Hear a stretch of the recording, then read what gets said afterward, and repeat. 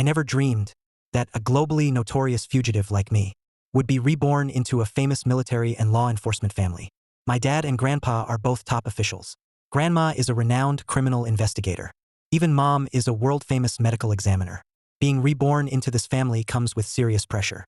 But I know every criminal trick in the book. So when I faced a decade-old serial murder case, a bizarre elevator murder, and even a cannibal case that shocked the world, I proved to everyone that I'm more than the heir to a powerful family. I rule both crime and criminal investigation. I rubbed my brow, set down my fork, and headed outside.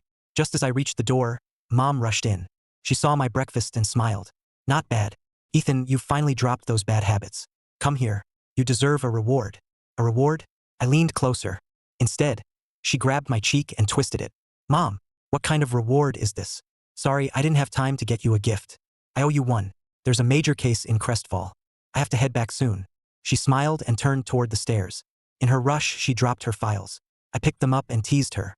No wonder Dad says you becoming a medical examiner is the world's greatest miracle. You're exactly as careless as he says. Mom blushed and snapped. You little punk. Now you're mocking me? Forget it. I'm in a hurry. She turned away, but I grabbed her hand. While picking up the files, I spotted a crime scene photo. I frowned. Mom, this case isn't simple. Chloe looked at me in surprise. What would you know? Go do your own work. School starts in a few days. Go study. Without Chloe's reminder, I'd have forgotten. I'm only a 17-year-old high school student now. I'll be a senior this fall. But I couldn't look away from the photo. I studied it. This killer is seriously twisted. The victim was already dead, head against the floor. Yet, after killing her, he kept using the knife to slash her body over and over, especially the front. That's personal. Chloe gave a wry smile and shook her head. You don't understand. This killer. You think he's a repeat offender, don't you? You were heading upstairs to get the files on that serial case from 10 years ago. Chloe's eyes went wide. How did you know? Mom, you keep organized files on all kinds of cases. And that torture murder series from 10 years ago still haunts you and Dad. Given this victim's condition and your rush upstairs, it wasn't hard to figure out. Not bad. You're more observant than I thought. Then tell me why you think the killer hated her. Every piece of evidence in the old serial case showed the killer chose his victims on impulse. By your logic, these knife wounds alone should rule out the old killer. I never said the old killer didn't do this. Maybe he really did have a grudge against her. I smiled and left it at that. Chloe watched me walk away, then hurried over and grabbed my wrist. Ethan, I need your help with something. With what? Come to the hospital and examine the body. Chloe dragged me all the way there. At the entrance, a mob of reporters surrounded us. Professor Whitmore is here. Professor Whitmore, do you believe this torture killer is the same person behind the serial torture murders? 10 years ago, Professor Whitmore, the same kind of murder has returned after 10 years. You were the lead medical examiner back then, and it remains the only case where you found no trace of the killer. Do you have any comment? Once they had us surrounded, the questions wouldn't stop. They fired off one after another. Chloe frowned. Autopsies were her strength. Reporters weren't. The reporters weren't wrong. Chloe's career did have one blemish. She was at the height of her fame, yet that serial case left her completely stumped. Now she was starting to lose her temper. Then a hand reached out from behind her. I stepped in front of Chloe and shoved aside. Everyone blocking our path. The murder comes first. Your story comes second. The case just broke. What could you possibly report? Every second you waste could help the killer escape. Move. I glared at them and pulled Chloe straight through. The reporters froze, then finally came to. Who was that kid? Her student? He's got some nerve. That's Ethan Hayes, the Hayes heir. He was protecting his mother. So what? Exactly. Ethan was right. The murder comes first. The story comes second. The case just broke. All those questions only slowed them down. By then, Chloe and I had reached the morgue. Chloe opened the door. Several officers and medical examiners were inside, documenting the body's condition. When they saw us, they straightened up and came over. Professor Whitmore. Oh, Ethan's here too? Everyone was stunned to see me. I simply nodded and walked to the victim. I scanned her body from head to toe. A few officers tried to speak, but Chloe shook her head to stop them. Less than 30 seconds later, I looked away. Where's her family? Mr. Hayes, the victim moved here from out of town. We've contacted her family. They're on their way. An officer answered. I asked another question. Did she live alone? Chloe answered. Her name was Natalie Brooks. She was 27 and managed a design firm. She had 2 close friends in Crestfall and lived with her fiancé. They were very close. I said, I see, and put on gloves. Everyone stared in disbelief. Even Chloe looked stunned. She knew better than anyone that I'd never handled a body. Most people are scared when they see a corpse. But I looked ready to examine it myself. One of Chloe's medical examiners stepped forward. "Mr. Hayes, we've already examined the body." I ignored him and reached out to grip one of the bloody knife wounds. As everyone watched in shock, I used 2 fingers to pull back the flesh around the wound. "Ethan, don't push yourself. You've never examined a body. You could get sick." Chloe sounded worried. I released the wound. Time of death was between 3:30 and 4 a.m. The chest wound was fatal. That single stab killed her. The weapon was a dagger about 5 inches long and 3/4 of an inch wide. It was dull, probably from heavy use. That's why the cuts show tissue drag. The later slashes run down to her legs and grow steadily shallower. When I finished, I found everyone staring at me. I smiled. I walked over to Chloe. "Mom, what's wrong?" Chloe reached out and rubbed my face hard. "Something's wrong. Are you really my Ethan?" I rolled my eyes. Who else would I be? No way. My Ethan's supposed to be a little slow. How could you study her for a few seconds and identify every injury perfectly? Chloe was still in shock, but I turned to the veteran officer. "Officer Grant, please bring in everyone close to the victim to view the body and say goodbye." Harold took a deep breath. His expression turned serious. "All right, I'll handle it." After Harold left, I stepped out too. The moment I was gone, the officers and examiners started talking. Ethan really did grow up surrounded by experts. That examination just now was incredible. I'm honestly blown away. Aside from Professor Whitmore and Miles Bennett, I've never met anyone who could look at a body for mere seconds and identify the weapon, fatal wound, and time of death. "Professor Whitmore, your son is a genius." Smiling in front of a body might seem inappropriate, but Chloe had long grown used to death. Right now, she felt nothing but pride. After all, what mother doesn't want her child to excel? Chloe answered them with a smile. Before long, Harold brought in everyone close to the victim. Her 2 best friends and fiancé entered together. All 3 wore the same expression when they saw Natalie. After a stunned pause, they broke down. Her fiancé took it hardest. He finally collapsed to the floor, completely numb. I stayed outside watching all 3. Then I entered. Chloe knew what I was doing. She whispered, "Are you convinced this killer has nothing to do with the one from 10 years ago?"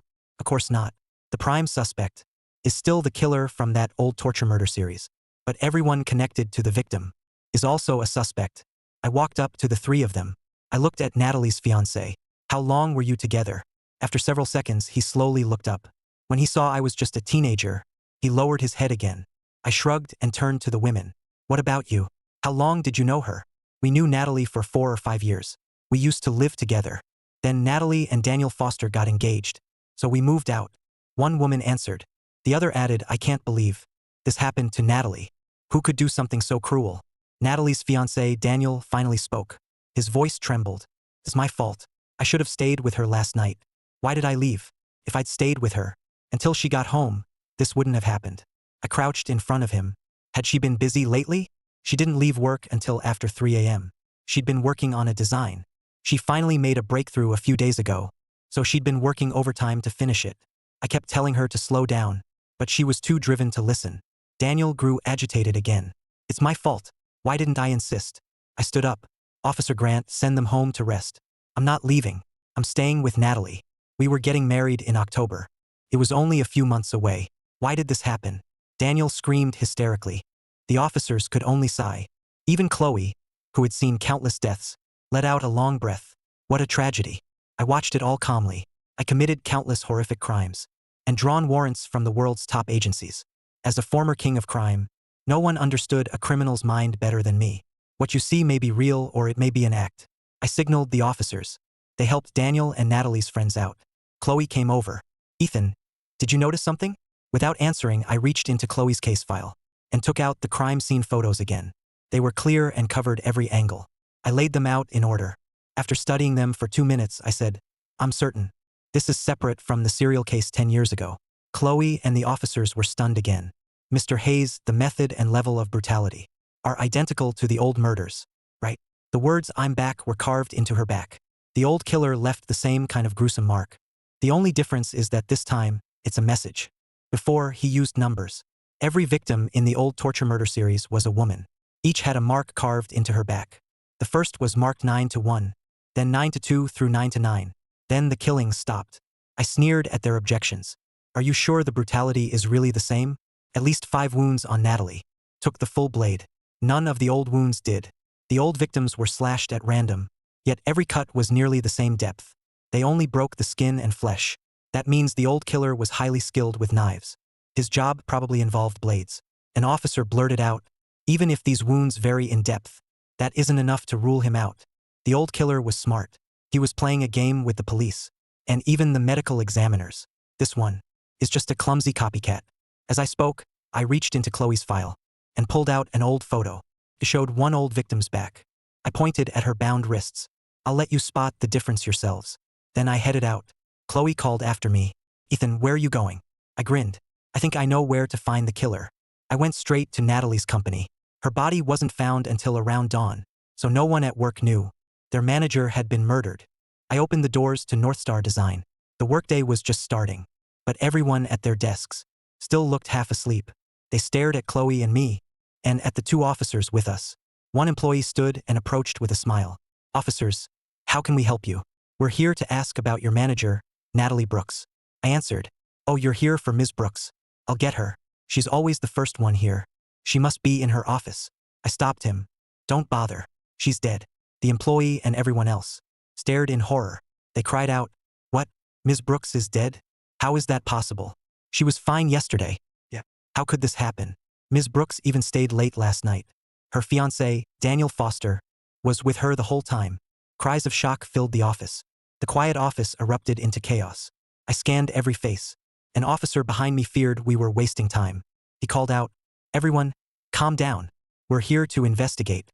Has Natalie acted strangely lately? Did she have conflicts with anyone here?" "Never mind.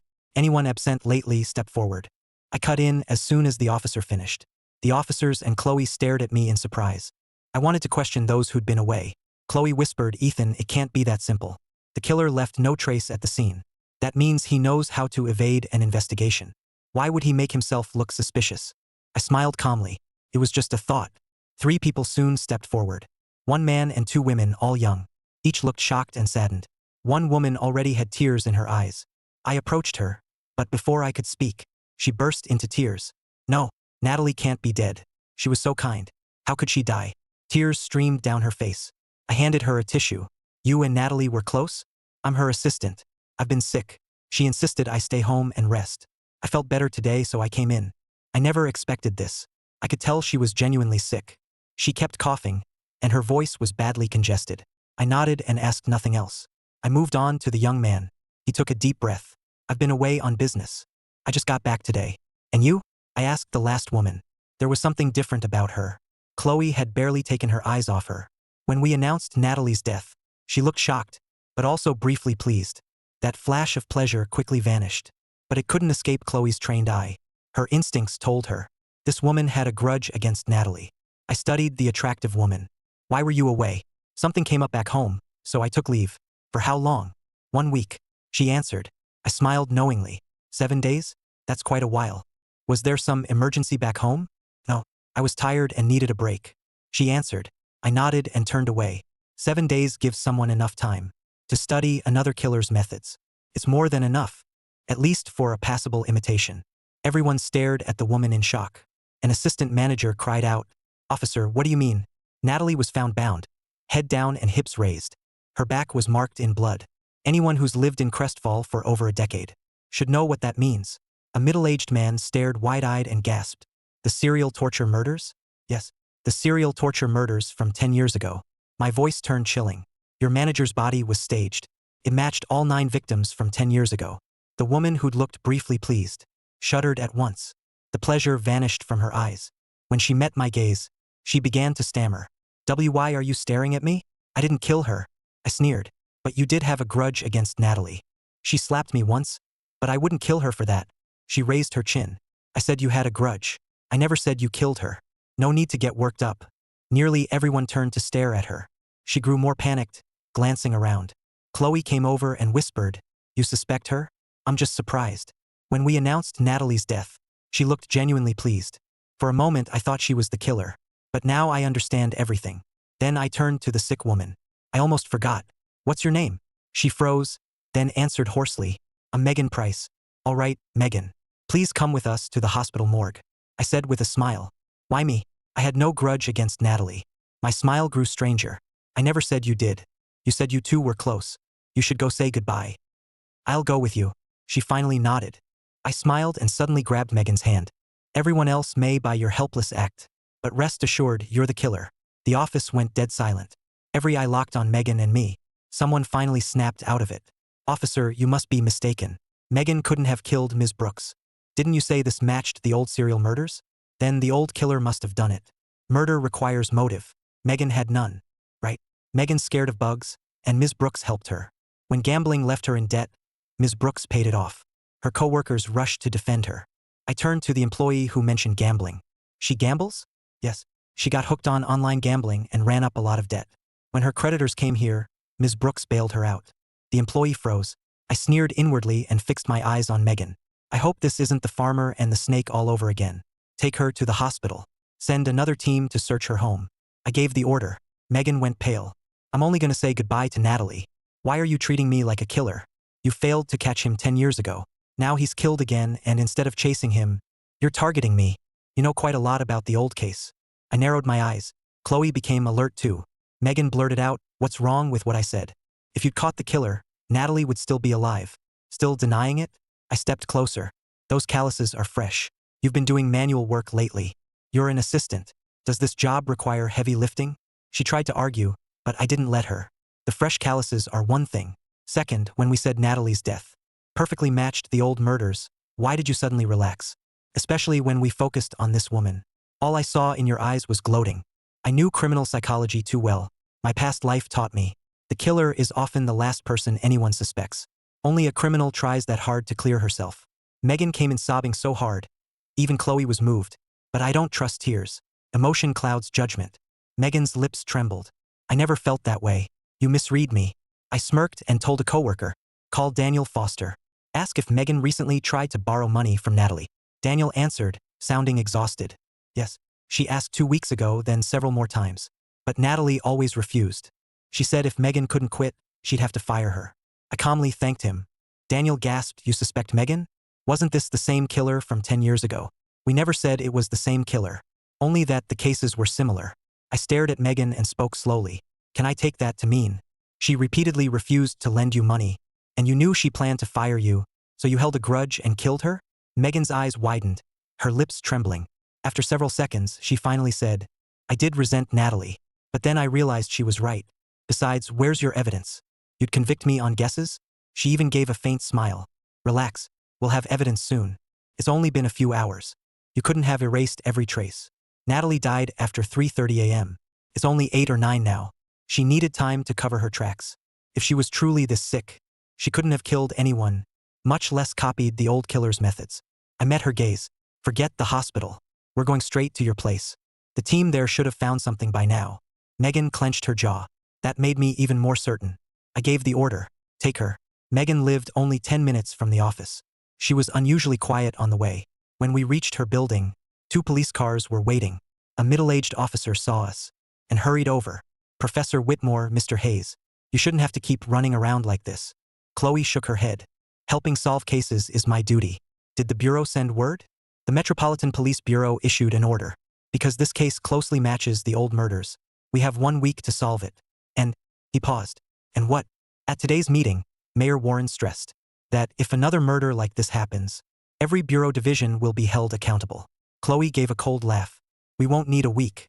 We'll solve it today. Everyone was stunned. Today? More precisely, within the hour. I looked at Megan. Right, Ms. Price? She stayed silent. An officer came down from upstairs, reporting. We found nothing suspicious in the suspect's home. No murder weapon. Not even a knife.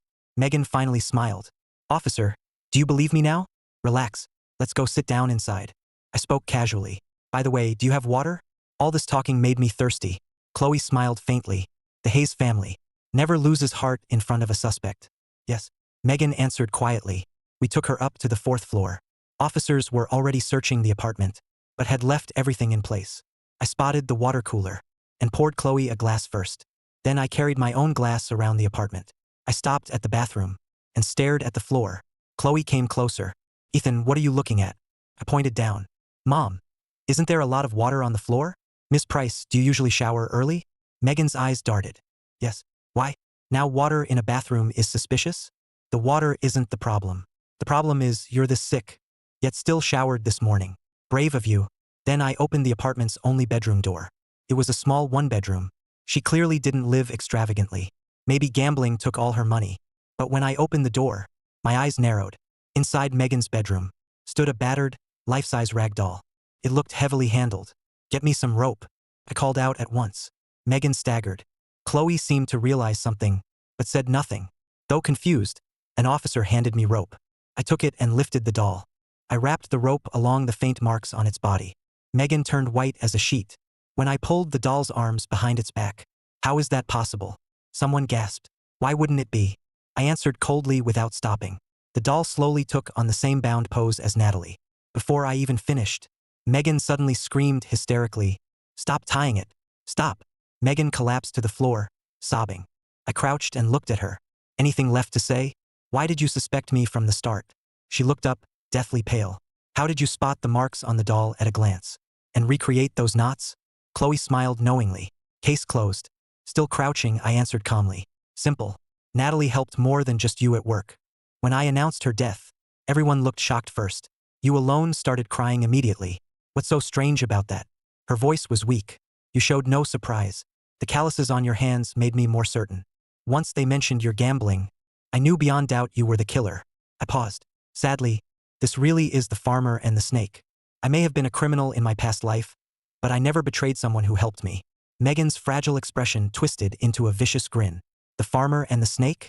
She only helped me once. I paid her back. Why couldn't she help me one last time?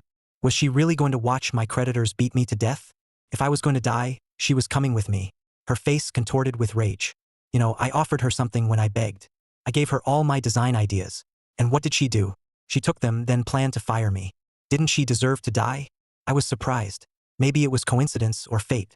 Her phone rang just then. Answer it. I said, you're still allowed to answer your phone. Hello? Who is this? She answered. A pleasant female voice came through. Hello. Is this Megan Price from North Star Design? We're with the Brightline Design Awards Review Board. Your submission meets our requirements. Please report to the venue within 3 days to compete for a finalist spot. Megan froze. Chloe and I were stunned too. Hello? Ms. Price. Did you hear me? Hello? Ms. Price? Megan trembled all over. She couldn't speak. Tears poured down her face. She screamed hoarsely. Why didn't you tell me? Why? I stood up. My voice was cold. As far as I'm concerned, you deserve to die. But if you ever get out, spend the rest of your life making amends. Chloe signaled the officers to cuff her. Megan stood and asked quietly, I really was the snake. Ethan, did you know everything all along? You just didn't have time to get rid of the doll, right? You got sick by dousing yourself in cold water after the murder and blasting the AC all night. Am I right? I asked. Her lips parted. Then she silently nodded. I started planning after she first refused me, and my creditors beat me. That's when it began. Her voice grew calm. I dug up everything on the old case and spent over 2 weeks learning the method. 2 days ago, I asked her again. She tore into me. That's when I decided to do it. After killing her last night, I came home and soaked myself so no one would suspect me. Then I cranked up the AC. And the doll? You were right. I practiced the restraints on it for 2 weeks. It was too big to throw out unnoticed. Besides, I thought no one would ever suspect me. By then, I'd heard enough. Officer Grant, take her away. I turned around. Mom, you can schedule the press conference. Announce that last night's torture murder is solved. Wait too long and people may start doubting the Hayes family. Chloe nodded proudly. The officers escorted Megan out. At the door, she stopped. Ethan, everyone, if I ever leave prison alive, I'll make amends. If you ever visit Natalie's grave, please tell her I'm sorry.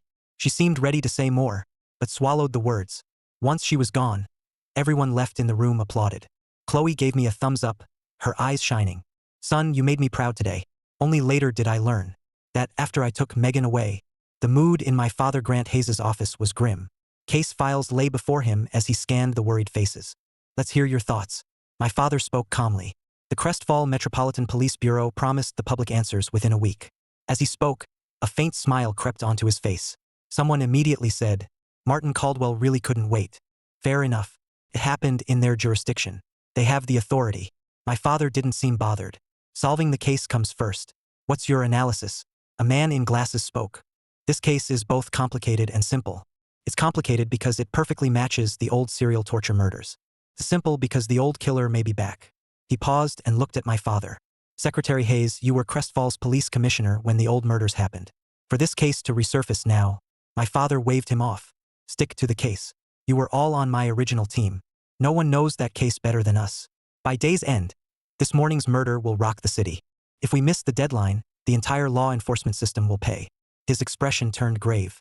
But after all that talk, no one offered anything useful. As they traded helpless looks, my father's heart sank. Maybe years of comfort had dulled their old fire. Just as frustration set in, someone knocked. His assistant opened the door, and an officer rushed in excitedly. Secretary Hayes, great news. What's the rush? Can't you see we're in a meeting? Someone snapped. The officer answered awkwardly. Sorry, I got carried away. We just received word. This morning's torture murder has been solved. The office fell silent. Seconds later, everyone shot to their feet. Their eyes went wide. You're serious? They caught the killer from 10 years ago? Finally, that bastard's behind bars. My father lit up, then noticed the officer's uneasy look. What is it? Was there a complication? Yes, sir. It wasn't the old killer. Impossible. The restraints, the victim's condition, the bloody message. Everything points to the old case. Exactly. We know those restraints too well. No one else has used them in decades. We can't be wrong. My father was equally baffled. Just then, a proud voice came from outside. Just as I thought. The method fooled all of you too. While everyone else was fooled, he alone saw the truth. Grant Hayes, your family, raised one remarkable son. Only my mother, Chloe Whitmore, dared call my father by his full name. Chloe, what do you mean? Ethan was involved? My father looked utterly lost. Chloe nodded firmly. The killer's restraints only looked similar. We studied the body for ages. Ethan spotted the difference in 3 seconds. Then he caught the killer in just over an hour. Everyone was stunned. They'd studied those details for hours, yet someone saw through them in seconds. They'd used every tool and years of experience. Yet someone caught the killer in just over an hour. That someone was me. After the shock passed, my father's laughter filled the office. The others felt embarrassed, but were happy for him. That's the Hayes family for you. Ethan is only 17, right? Chloe smiled and nodded. The man took a breath and gave a thumbs up. Incredible. I'm the first to admit it. But Chloe, if it wasn't the old killer, who was it? Natalie Brooks's assistant, Megan Price. A completely ordinary-looking woman. They were stunned again. All morning, they'd never once suspected Natalie's co-workers. An outsider sees what insiders miss. Now that's an outsider's perspective. My father immediately ordered, notify Martin Caldwell, hold a press conference and brief the public. Chloe, have Ethan attend. He stood tall, but Chloe chuckled and shook her head. Grant Hayes, my boy said the Hayes family can wait 10 years to settle a score. We still have a full week. The honor the Hayes family lost back then, he's taking it back. My father inhaled sharply, his voice full of disbelief. You mean Ethan plans to dig up the killer from 10 years ago? I went home and headed straight to the study. Martha Reed called me to eat. I answered and asked her not to disturb me. I found the old case file. It was massive, but I read it carefully. September 16, 2007. At 6 a.m., a woman's body was found in Willowbend Park, Eastgate District. Claire Sutton, 23. Head down, hips raised. Fatal blunt force trauma to the head. September 18, 2007. Sophie Dawson, found in a landscape strip on Lantern Avenue, Brookside District. Cause of death: asphyxiation. September 29, 2007. Lauren Pierce, found beneath Eastgate Bridge. Sexually assaulted, then dumped in the river. I read it all in one sitting and closed the file. Then I wrote down every clue. 10 years had passed. Investigative methods had changed completely. If these murders happened today, they might have been solved quickly. I lost myself in my notes. Until Mom brought in lunch. Mom, why are you home? Martha called and said you hadn't come down to eat. She was afraid to interrupt you. As she spoke, she noticed my notes. Her eyes widened. Where did you get this psychological profile of the killer? I smiled. The simple. Compare the bloody markings on each victim's back. Look, from the start, he planned to kill 9 people. That's why he marked the first victim 9-1. But the photo shows several shaky strokes. He was terrified during his first murder. The second victim's marking is much steadier. As the body count rose, his writing became careless. Why? Because by the 9th murder, he still hadn't been caught. He saw himself as a king, above every law. He went from terrified to comfortable, then became arrogant and contemptuous of the police. That's how his mindset changed from victim 1 to victim 9. And he stopped after exactly 9. So we can overturn one old conclusion. Mom hadn't caught on. Which conclusion? The killer didn't choose his victims at random. He may be twisted, but he had a clear purpose. These 9 victims, directly or indirectly, must be connected. As I finished writing, Mom immediately objected. Impossible. None of the 9 knew one another. How could they be connected? Besides, do you know who reached that conclusion? Of course, Dad. But let me ask you this. Does that mean Dad couldn't be wrong? She still looked unconvinced, so I continued. Mom, it's obvious. If he were merely a serial killer, even if he planned 9 victims, he would have written only 9 or 8. There'd be no reason to mark the first one 9 to 1. He chose both the number and the targets from the start. All 9 victims must be connected to him. My reasoning was too clear to dismiss. To her, Dad was the finest investigative mind around. But my logic held. Everything pointed to one conclusion. The 9 victims were connected. So what will you do next? She let out a long breath. Visit all 9 families. Investigate them again, and dig into everything. It's been 10 years. They may not all be in Crestfall. We'll find whoever we can. 3 families should be enough. I got up, but after 2 steps, Mom grabbed me and glared. Even if the sky falls, my boy eats first. Finish your lunch. Then I'll go with you. You're not leaving until that plate is clean. After lunch, Chloe and I went to check the address records. A lot had changed in 10 years. 3 families had left Crestfall for good. Most of the other 6 had moved. Crestfall had grown rapidly, and some once comfortable families were now worth tens of millions, even over 100 million. Our first stop was the home of the first victim, Claire Sutton. They now lived in a suburban development outside Crestfall. I rang the bell. A woman nearing 60 answered. Who are you? What do you want? She looked confused. Mom smiled. Ma'am, don't you remember me? I'm Chloe Whitmore. The woman froze, then her eyes reddened. You're Dr. Whitmore? She quickly invited us inside. The home was well furnished. She seemed comfortable. We sat down. She brought tea, looking hesitant. I got straight to the point. Ma'am, we're here about what happened to your daughter 10 years ago. She swayed, her voice trembling. After 10 years? Is there a new lead? We have a new theory. I just need to ask a few questions. Just tell me what you know. She nodded nervously. Did your daughter Claire know the later victim, Sophie Dawson? No. Did you or your husband know Sophie or Lauren Pierce's parents? No. The families met after the murders, but we weren't close. It was the answer we expected. Mom offered a few gentle words. I changed tack.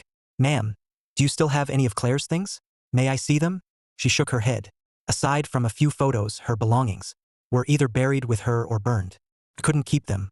It hurt too much to look. It was understandable. Some people preserve keepsakes. Others can't bear the memories. We didn't stay long. There were no useful leads. As we left, Margaret Sutton gripped Mom's hand. Dr. Whitmore, be honest. Can this case still be solved after 10 years? Mom didn't know what to say, so I answered. Don't worry, ma'am. You'll hear from us within a week. We'll find the real killer. 1 week. Her weary expression suddenly brightened.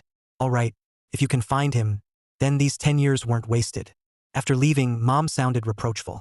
Why promise that? We found nothing today. Not exactly, I said. At least we ruled out a feud involving their parents. Now we need to find what connected Claire Sutton, Sophie Dawson, Lauren Pierce, and the other victims. We went downstairs. But before we got in the car, Margaret hurried after us. Dr. Whitmore, wait.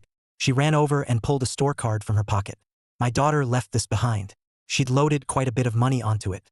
That's why we didn't bury it with her. I just remembered. See if it helps. I took the card, studied it, then smiled. Ma'am, this helps. After Margaret went back upstairs, Mom stared at me clutching the card like treasure. Ethan, what's so special about that card? Mom, review every victim's identity and occupation. That was all I said. I let her solve it. About 15 minutes into the drive, it hit her. She snatched the card. Gold letters across it read, Grand Arcade Department Store. The department store opened 15 years ago. Online shopping forced it out of business 3 years ago. But that old store had become a key lead. The third victim, Lauren Pierce, had worked there. Calvin, take us to the old Grand Arcade site. I gave the order before Mom could say more. Mom finally understood and laughed in annoyance. You little brat. You figured it out the moment you saw the card. And you made me guess. You made us drive around for 15 extra minutes. You know I'm busy. Figuring it out yourself was worth the extra time. I smiled. No one had ever realized. That Grand Arcade connected Claire Sutton and Lauren Pierce. 10 years ago, the store was thriving. Now we only need to learn whether, before the first murder, something happened there that connects to the killings. If so, we can narrow the suspect pool dramatically. Mom listened, then reached over and pinched my face. She shook it side to side in disbelief. Is this really my baby boy? Tell me, if the Hayes family's reputation weren't at stake, were you planning to hide your talent forever? I only smiled. I can ignore anything else. But embarrass my mom. And you'll answer to me. Mom was overjoyed. She pulled me into a tight hug. I'm so happy. My son can finally protect me. The car fell quiet. Soon, we reached the old Grand Arcade site. It was now called Summit Plaza, an all-in-one shopping and entertainment complex. After we got out, Mom said, the owner has changed. But Victor Langford, Grand Arcade's former manager, still runs the place. He may have answers. We went straight to his office. Victor opened the door and greeted us warmly. Professor Whitmore, Mr. Hayes. It's a pleasure. Once we sat down, he looked curious. I'm honored you came in person. Please tell me what you need. I'll tell you everything I know. Mom got straight to the point. We need to ask about something. Before September 16, 2007, did anything major happen at Grand Arcade? Victor froze, then gave an awkward laugh. Grand Arcade? That was ages ago. Anything before September 16th is a huge range. How could I remember? Fair enough. It had been 10 years. Remembering wouldn't be easy, but I watched his eyes and sneered. So you can't remember Mr. Langford? I don't recall anything major happening there in 2007. My smile turned colder. Fine. We're formally requiring your cooperation. Compile every noteworthy incident at Grand Arcade. From 2007.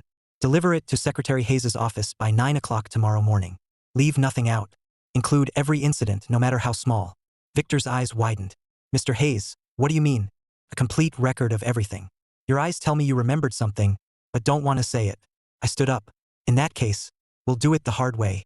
Secretary Hayes expects your report by 9 tomorrow. I signaled Mom and turned to leave. Victor panicked. Dr. Whitmore, Mr. Hayes, please don't rush. It's been so long. I need time to think. He feared offending us. He'd never dare cross the Hayes family. If the Hayes family got angry, this plaza could face nonstop inspections, until it was forced to close. Mom didn't understand why I'd suddenly turned hostile. Victor's excuse sounded reasonable. After all this time, remembering wouldn't be easy. But whatever I did, she was on my side.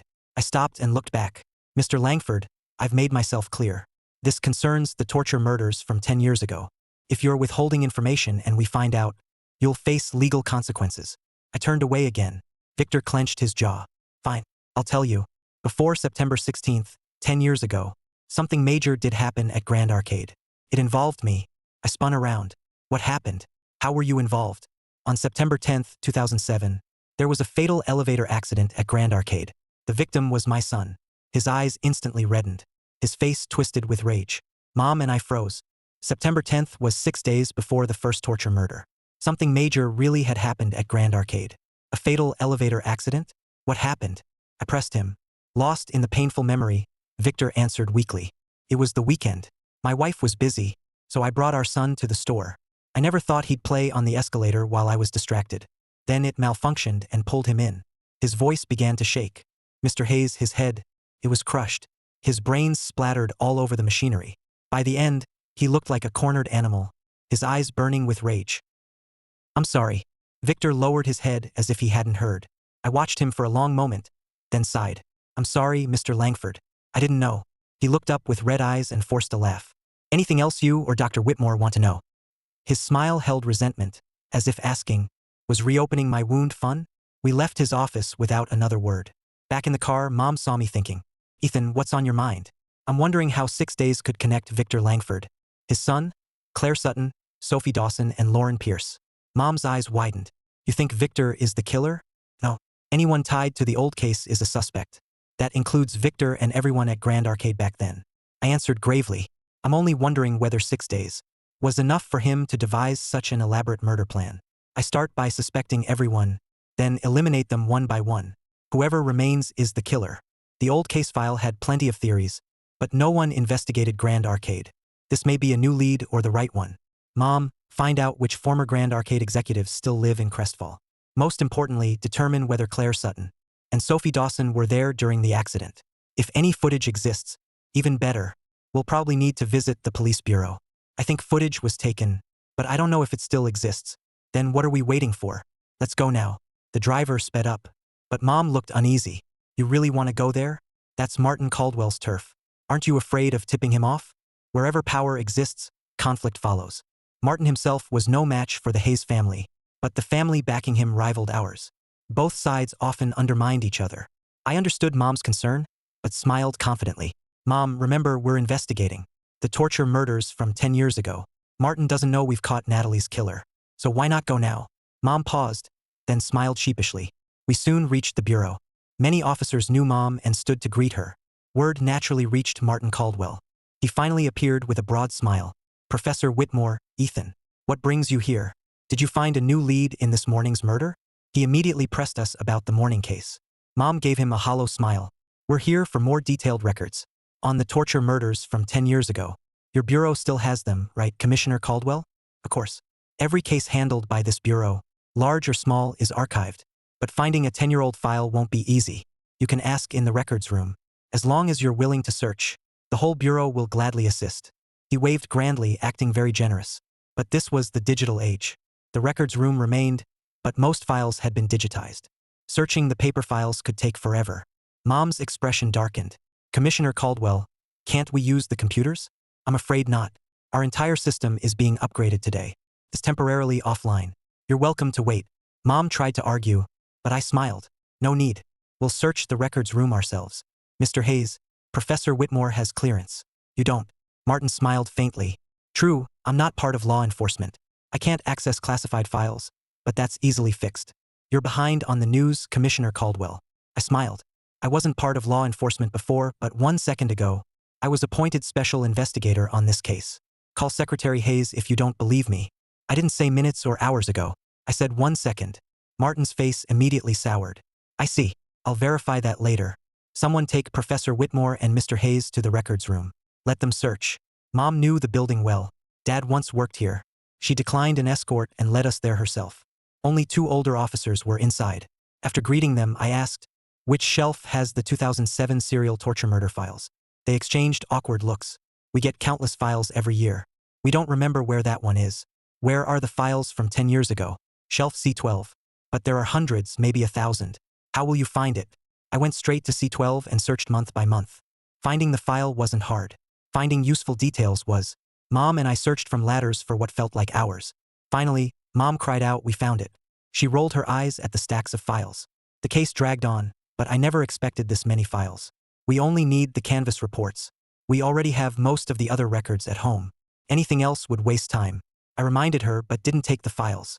Instead, I kept searching the shelves. Mom quietly reviewed interviews from the canvas, especially statements from those who assisted the investigation. Time passed. A strange smile crossed my face.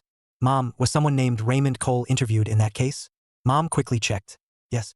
How did you know? I raised the file and smiled confidently. Whether we solve the old torture murders depends on Raymond Cole. Neither Mom nor I knew Raymond's name well, but seeing it in the file slowly brought Mom's memories back. The case had rocked the city. As lead medical examiner, Mom was as invested as any officer. She vaguely remembered being there when Raymond was interviewed. As the memory cleared, Mom lowered the file. If I remember correctly, Raymond Cole was Grand Arcade's head of security. Correct. I handed her my file. Mom's eyes narrowed. This is the elevator accident file. I nodded. Yes.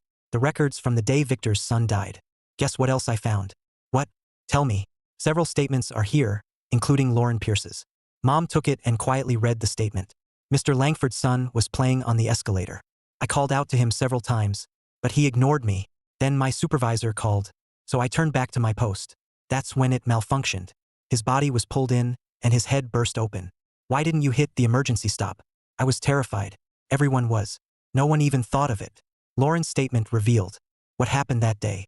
Victor's son ignored every warning. Because of his father, no one knew how firmly to intervene. No one expected the escalator to fail and catch the boy's feet. If someone had hit the emergency stop, he might have lost his legs, but survived. I began piecing it together, but kept one theory to myself. Instead, I asked something else. Why isn't there any video evidence? Mom looked puzzled. Most of the torture murders happened outside camera coverage. Surveillance wasn't like it is now. We only had scattered footage of the victims alive. I mean, a fatal escalator accident happened in a major department store. Why wasn't any footage preserved? Mom stared in shock. That can't be right. The file says investigators reviewed the footage, but it was never archived. I returned the file and pulled Mom up. Let's find Raymond Cole. My instincts say he's the link between both cases. Find him and we'll identify the old killer. Mom said nothing more. We returned the files and left the records room. The 2 officers immediately reported to Martin. We didn't care what they told him. We had no time for political games. We left the bureau and went to the public records office. Finding one person in all of Crestfall otherwise would be nearly impossible. The supervisor cooperated. No one dared snub the Hayes family. But Raymond Cole was a common name. Neither the first nor last name narrowed much down. We wanted results immediately, so we even ignored Martha's calls to come eat. Finally, at 8 p.m., an employee rushed over with a file. Professor Whitmore, Mr. Hayes, we found Raymond Cole. We both stood. Where does he live? The employee looked uneasy. I frowned. What's wrong? It's not that I can't say. It's just that the Raymond Cole who served as Grand Arcade's head of security, he paused and lowered his voice. He died 10 years ago. Mom and I were equally stunned. A crucial figure in the serial torture murders. From 10 years ago. Had died that very same year. I hadn't expected that. Whether it was the old torture murders or the escalator tragedy involving Victor's son, Raymond felt like the link between them. He'd given statements in both cases. I wasted no time. I had the employee pull Raymond's records. They confirmed he was the man we wanted. But he died in a hit-and-run on October 4, 2007. The driver was caught months later, then died of cancer in prison soon after. After reading everything, I narrowed my eyes. This was a contract killing. With over 20 years as a medical examiner, Mom also knew his death wasn't simple. Grand Arcade clerk Lauren Pierce died on September 29th. Raymond died on October 4th, only 5 days later. And the driver who killed him happened to have cancer. That was impossible not to question. So the old torture murders didn't have only 9 victims. Mom spoke grimly. There were 10. I released the mouse. It's dark out. Let's pause and go home for dinner. Mom checked her watch and slapped her forehead. It's after 8. I'm used to missing meals, but you're too young to eat so irregularly. When it came to food, she took it seriously. She dragged me home. The Hayes residence was brightly lit. My father, Grant Hayes, was watching TV on the couch. 2 elderly people sat beside him. My grandparents, Walter Hayes and Evelyn Mercer. Grandpa looked stern and naturally commanding. Grandma looked elegant, with the knowing eyes of someone who'd seen it all. People in Crestfall once described the Hayes family this way. Aside from their teenage heir, every man and woman was a force in the military or law enforcement. Even my sweet-looking grandmother, Evelyn Mercer, was a renowned criminal investigator. Though retired, no one had forgotten how she'd personally gone north to capture the country's top crime boss, Arthur Blackwood. I walked in with a grin. Grandpa, Grandma, what brings you home? Grandma spoiled me most. The moment she saw me, she jumped up, delighted, and clasped my hands. Then she saw how late it was and glared. She turned to Dad. Did you eat? Dad looked baffled. Mom, didn't we just eat together? You had the nerve to eat? Grandma snapped. Your son spent all day running around for you, while you feasted at home. What kind of father does that? Dad looked miserable. You ate plenty too, he thought. He didn't dare say it. He could only apologize. Grandma huffed and called toward the kitchen. Martha, make 2 fresh dishes. My precious grandson and daughter-in-law can't go hungry. Chloe and I felt a little awkward. After dinner, Grandpa removed his glasses and asked, Ethan, I hear you spent all day helping your mother investigate. Yeah. We found quite a bit. Dad immediately perked up. What? You found a lead in the 10-year-old case? Before he finished, Grandma smacked the back of his head. You have the nerve to ask? Without your father and me back then, would you still be sitting comfortably in that position? Mom, you can't forget your son now that you have a grandson. I'm the one you gave birth to. My grandson's still better. I've looked at you for over 40 years. I'm sick of you. Grandma peeled an orange for me as she spoke. I ate it and said with a smile, the old case went unsolved. Largely because the investigators were careless. Exactly. Mom cut in. Bottom line, Grant Hayes, you were the biggest problem. Dad frowned. I was careful at every step. How could I have missed anything? You never investigated Grand Arcade, and the victims were connected. I explained calmly. Claire Sutton had a Grand Arcade store card. Lauren Pierce worked there. Soon after Lauren died, Security Chief Raymond Cole died in a suspicious crash. Before that, Victor Langford's son died in an escalator accident. Yet Grand Arcade, the key link, was completely ignored. That oversight let the killer walk free for 10 years. And our family took the blame for 10 years. Dad's expression changed completely. He said nothing, and stared hard at me. My grandparents did the same, except Grandma grabbed a pen and quickly mapped it out. Soon she wrote one name, Victor Langford. Barring any surprises, he's the prime suspect. Grandma set down her pen. I glanced at the page and gave her a thumbs up. Grandma, you haven't lost your touch.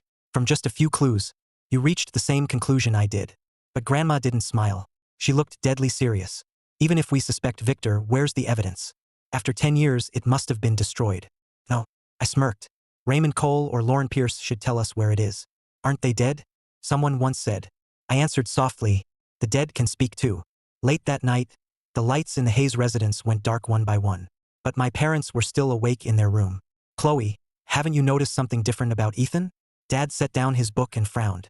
Mom immediately took offense. "You have some nerve. If this weren't tied to the old case, do you think Ethan would willingly step into the spotlight? The public has linked Natalie's murder to the old case.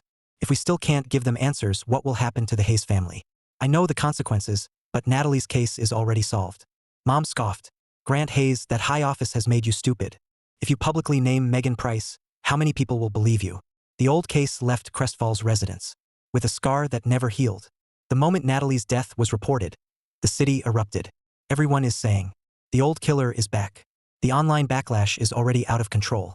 People have even exposed the investigators who led the old case, including your parents. The attacks are pouring in. Dad finally understood. "You're right. No one would believe Megan did it. She left us a ticking time bomb. We have to defuse it." Mom softened her tone. "Still, I'm surprised too. Ethan used to be timid and even a little spoiled. He didn't act like a military family's son at all. But after spending today with him, I realized we misjudged him. That's my son." In the end, she couldn't resist praising herself. Dad puffed out his chest with pride too. But they never imagined that, in the dead of night, someone opened a door and quietly left the Hayes residence. That someone was me. It was nearly midnight. I walked for a long time, before finally finding a cab. The driver looked exhausted. "Out this late, kid? Won't your parents be mad?" I smiled and shook my head. "Late is better. Take me to Ridgeview Memorial Park outside the city." The driver's eyes widened nervously. "Where?" "Ridgeview Memorial Park." I nodded. A 17-year-old wasn't going home or to a gaming cafe.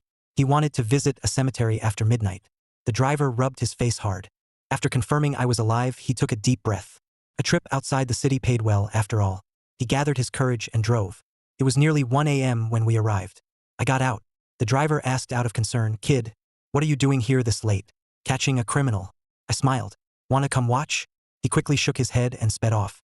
I smiled and entered the cemetery. The cemetery felt eerie at night, but I didn't care. In my past life, I'd spent time in cemeteries, and even sat beside graves all night. Feeling the chill around me, I picked up my pace. Soon I stopped before a grave. A portrait was set into the headstone. It showed a man around 30.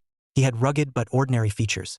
I looked at the headstone and said softly, "Raymond Cole, do you think your former boss, Victor Langford, will visit you tonight?" Then I moved off to the side. As a former criminal, I understood how certain criminals think, especially those who committed major crimes and were never caught. Deep down, they're arrogant and wild. In public, they may act completely harmless. But once they turn away, their eyes become a snake's. Sometimes, to lure in prey, they deliberately leave clues and toy with people. Victor hadn't made much of an impression on me. He seemed perfectly normal. But if he was the killer, he'd know Raymond's name would resurface. And once it did, he might come to Raymond's grave to brag about what he'd accomplished in 10 years.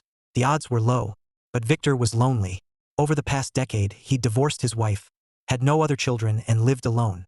Now the past had been dragged up again. In his shoes, even I might want someone to talk to, but a blood-stained killer can only share his secrets with the dead. The minutes ticked by. After some time, I caught a glimmer in the corner of my eye. A light flashed below the cemetery. It vanished quickly, but I'd seen it. Minutes later, a man in a suit appeared before Raymond's grave. He sat down and quietly lit a cigarette. Then he spoke with a mocking laugh. "Raymond, someone's finally remembered my masterpiece from 10 years ago. Some amateur actually tried copying my murders. Couldn't even tie the ropes right, yet dared impersonate me. Isn't that hilarious? But those idiot cops haven't changed in 10 years. Think I should really make a comeback? I used to kill for my son's revenge. I never knew killing could be addictive. Do you know how badly I've craved it these 10 years? As he finished, I stepped from the shadows. I smiled. "Victor Langford, how about I give you a chance to scratch that itch?" When I emerged, Victor looked horrified. "What are you doing here?" He jumped up and shouted. I chuckled. "Relax. You're a criminal mastermind who evaded the police for 10 full years. Getting rattled this easily doesn't suit you." His expression shifted. After a long silence, he spoke. "You already suspected me when we met today, didn't you?" "No. Let me put it differently. The moment we found you, you knew your cover was about to fall apart." Victor burst out laughing. "I know you're probably wearing a wire, but don't you know? A recording made without the other person's consent isn't admissible in court. I'm not as complicated as you think." I shook my head. "I've never cared for recording devices. I only came to see what kind of man you really are." He frowned, clearly unconvinced. A recording might not be primary evidence, but it could support a case. Still, my expression made him test the waters with a sneer. So what kind of man do you think I am? Someone who's very good at crime. By the way, where did you learn those restraints? Only a few days passed between your son's death and Claire Sutton's murder. Not enough time to learn them. You already knew how, didn't you? A smug look crossed his face. Those restraints terrified countless people 10 years ago. Some even had the same nightmare, being tied that way and waking drenched in sweat. Victor clearly had no intention of telling me. He coldly said, "Guess," then turned and headed downhill. Watching him leave, I spoke calmly. "Wait, what? Still trying to get me talking?" He turned back with a sneer. "Ethan, I only came to visit a former employee. No law says I can't visit him after midnight. And I don't understand a word you're saying. So even if you think I'm the killer, until you have proof, I'm still Victor Langford, general manager of Summit Plaza." He burst out laughing again and kept walking without looking back. I sighed. "You think I came to arrest you tonight? That attitude deserves a beating." The moment I finished, I grabbed his hair. He was stunned. In his eyes, without my family background, I wasn't even worth speaking to. I was just a 17-year-old. So what if I was gifted? I was still an inexperienced kid. What he didn't expect was how strong this kid was. Once I grabbed him, he couldn't move. "Ethan, what are you doing? You're the heir to a powerful family. Are you really going to break the law? Let go." Victor knew the law inside out. Over the years, he'd studied it countless times, preparing for the day he might be caught, and looking for loopholes. Unfortunately, for all his legal knowledge, he'd overlooked one thing.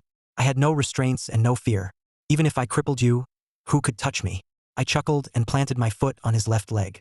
"Someone in Crestfall may be able to take me down, but it sure isn't you, Victor Langford." I barely seemed to press down, but then came a sharp crack. Victor screamed in agony. I crouched before him, narrowed my eyes, and smiled. "I already know, even if you won't tell me. Claire Sutton, Lauren Pierce, Sophie Dawson. The day your son died, they were all near the escalator, watching him die, weren't they? Because they saw it but failed to act. You blamed them for your son's death. Your hatred made them targets. Then you killed them one by one, right?" The escalator accident file only contained Lauren's statement, because among the 9 victims, she alone worked at Grand Arcade. But by coincidence or something else, the people near or riding the escalator with your son included Claire and all 8 other victims. Victor seemed to forget his pain. His eyes widened in disbelief. His face seemed to ask how I knew something no one could know. "How did you know?" I released him and spoke as I headed downhill. "I'll give you one more day. Try to make this challenging. Otherwise, when time's up, the game's over." My final words were barely a whisper. Solving crimes may be more fun than committing them. Looks like I'll have plenty of fun from now on. Victor stared blankly after me, probably wondering whether, to Ethan Hayes, matching wits with criminal masterminds was really just a game. Over an hour later, I returned to the Hayes residence. The whole house was still asleep. No one knew I'd been gone for 2 hours. I returned to my room and quietly fell asleep. When I opened my eyes again, it was broad daylight. Mom was outside calling me to breakfast. After breakfast, Grandpa returned to military headquarters. Grandma headed to her office. Mom and Dad rushed out too. I watered the plants, then left. I'd given Victor Langford 24 hours. Before time ran out, I'd find the key evidence and send him from the hospital to prison. No matter what happened to him, 9 people didn't deserve to die for it. He had no right, and I wouldn't let one man tarnish the Hayes family name.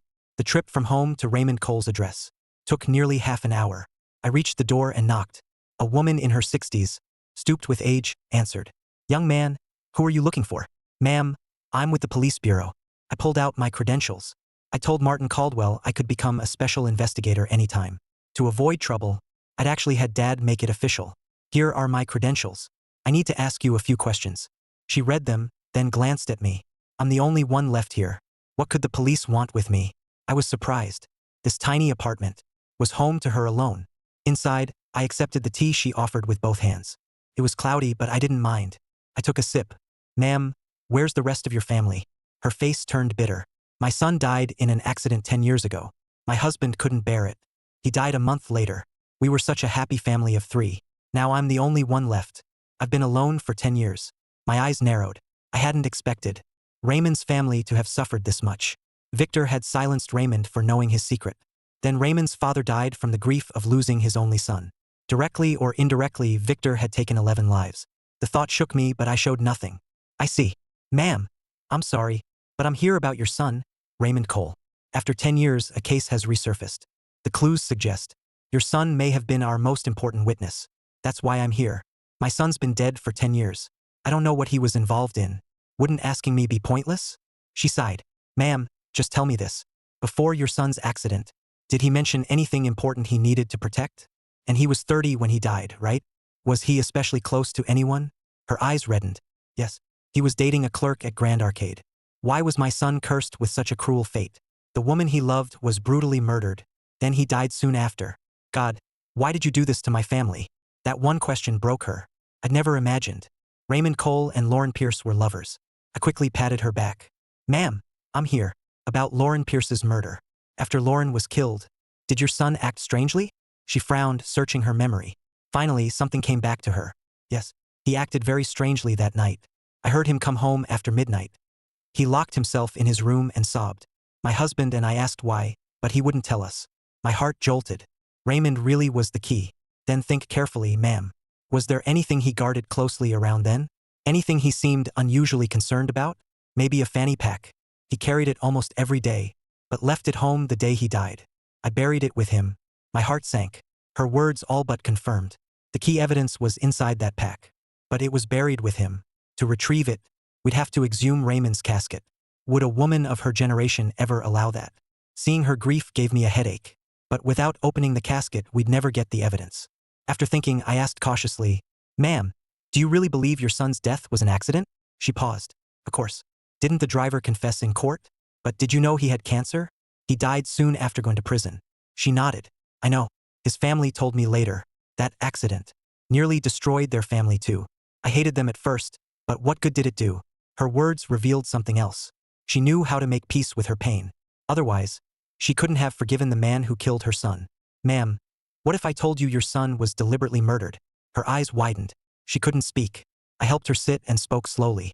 Ma'am, I can't be completely certain, but Raymond's death is directly tied to the serial torture murders that rocked Crestfall 10 years ago. And whatever is inside that buried pack is crucial. Why, you mean you want to retrieve it? Her voice trembled. I nodded firmly. Raymond has been dead for 10 years. But if he was murdered, don't you want to find his killer? And let him rest in peace? Tears streamed down her face as she repeated. How can we? He's been resting for years. Must we disturb him? Ma'am, you even forgave the driver who killed your son. Why not let your son know the truth? She fell silent and lowered her head. I said nothing more and let her decide. The seconds passed. Finally, she looked up. Is this really necessary? We checked that pack. There was nothing inside. Maybe you didn't inspect it closely. If it's truly empty, I promise, I'll move your son to a better burial site. But we must exhume him today. Any delay could cause trouble. She stopped hesitating and nodded. All right, we'll do it your way. I immediately took out my phone. Send a professional crew to Ridgeview Memorial Park. Exhume a grave and bring a ritual priest. Yes, Mr. Hayes. When can they arrive? The casket must be opened before evening. It'll be done by 4. After hanging up, I turned to Helen Cole. Ma'am, let's go to Ridgeview Memorial Park. Young man, are you sure Raymond won't blame me? I gently patted her shoulder. If he was murdered, he'd blame you more for doing nothing. She said nothing more. We went to the cemetery together. Before long, the priest and workers arrived. I gave the signal. The exhumation began. I knew Raymond might not have been entirely innocent. Lauren was his girlfriend. If he had evidence against Victor, he should have gone straight to the police. He didn't. Days later, Victor eliminated him. There was only one explanation. Raymond and Victor shared a dark secret. I'd never say that in front of his mother. Otherwise, she'd never allow the exhumation. After the rites, the workers opened the grave. Soon, they brought the casket up. It had been buried vertically to save space. There was no intact body inside. Cremation was already standard, so it held only ashes and personal effects, including the pack I wanted. The casket was set down. I looked at the crying woman. Ma'am, may we open it? Open it. If he was wronged, he'll thank you. She wiped her tears. I nodded to the workers. The lid creaked open. I immediately spotted the buried pack. I grabbed it and tugged open the stiff zipper. But it was completely empty. It looked as if nothing had ever been inside. 10 years underground had damaged the fabric, but couldn't make its contents disappear. I stayed calm and carefully felt the lining. No one understood what I was doing. Even Helen knew the pack was empty. She'd only agreed because I insisted it held key evidence. Besides, she had another motive. She wanted a better grave for her son. Young man, can that pack really be evidence? She sounded guilty. I'd known all along that she'd seen inside. I didn't blame her. I pinched one corner. Found it. Ma'am, Barring any surprises, the truth about your son's death will be public tonight. Then I turned to the workers. Store Mr. Cole's ashes at the funeral home for now. We'll move him to a new grave in 2 days. Helen gripped my hand emotionally. Young man, you knew I lied. Why still help me? Because every parent deserves compassion. I smiled. Ma'am, the Hayes family keeps its word. We don't break promises. Besides, wasn't the pack empty? With that, I left. I headed straight to Chloe's office.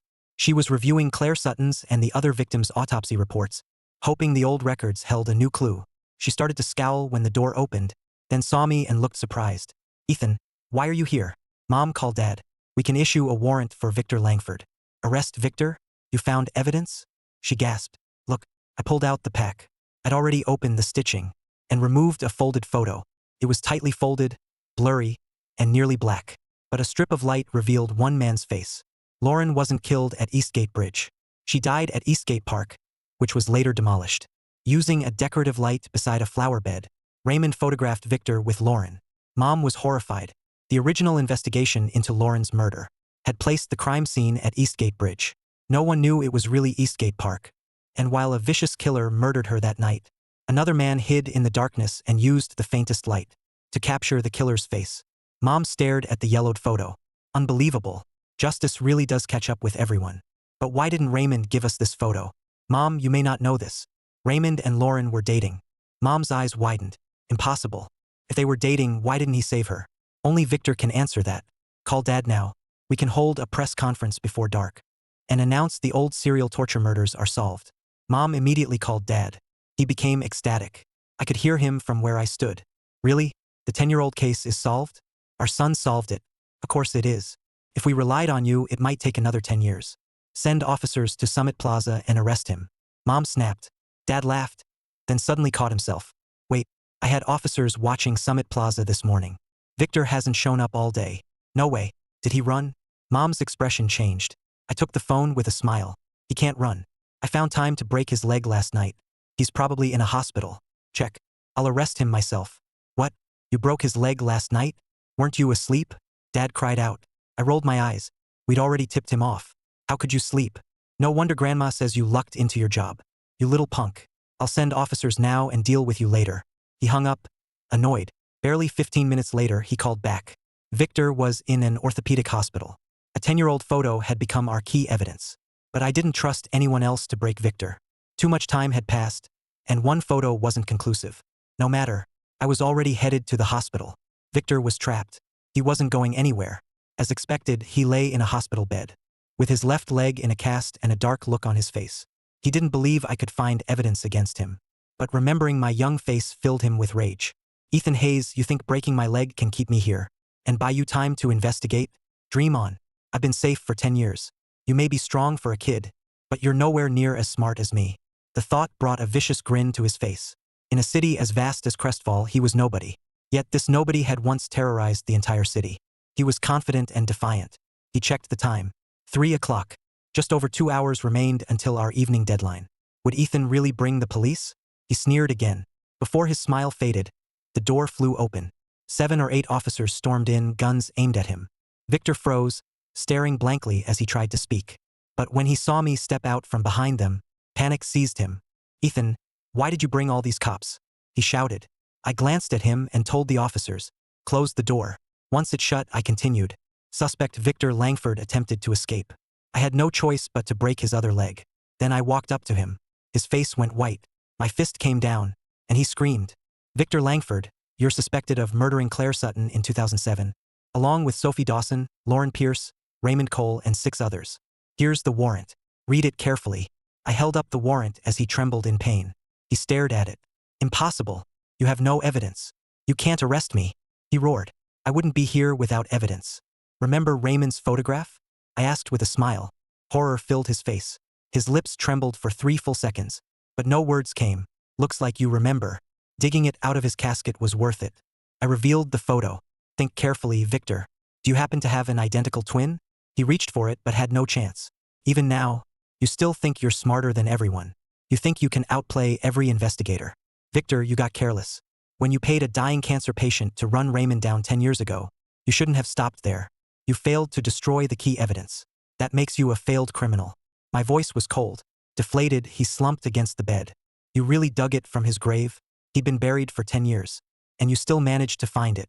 The safest place for something important is underground. I stared at him. Start talking. Why didn't Raymond stop you from killing Lauren that night? Why did he just take a picture? That's what puzzles me most. Raymond and Lauren were dating. No man who sees someone killing his girlfriend would calmly stop to take a picture. Victor said nothing and closed his eyes. I knew what he was thinking. I smiled. You're looking for a way out, or a lighter sentence. Forget it. With me here, you're not getting away. He slowly opened his eyes and asked an odd, unrelated question. Ethan, are you really only 17? I paused, touched my face and smiled. What do you think? The way you think, your intelligence. You can't possibly be some ordinary kid, he growled. I smiled. That doesn't matter.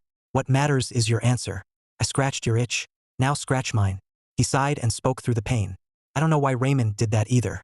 I only know he later demanded $500,000 to stay quiet. Men like that can't be bought. So I had him killed. But I think he and Lauren had a serious falling out. A manager at the store was pursuing her too. She was on the phone with him when I attacked.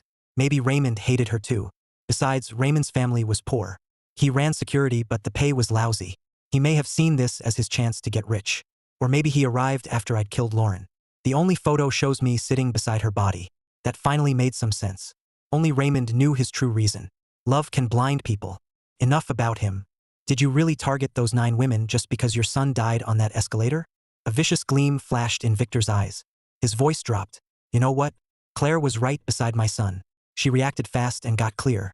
Why was she too stupid to pull my son up with her? She had plenty of time. And Sophie Dawson, that damn woman was right beside the emergency stop. Why didn't she press it? My son might have lost his feet. But their stupidity and panic got him killed.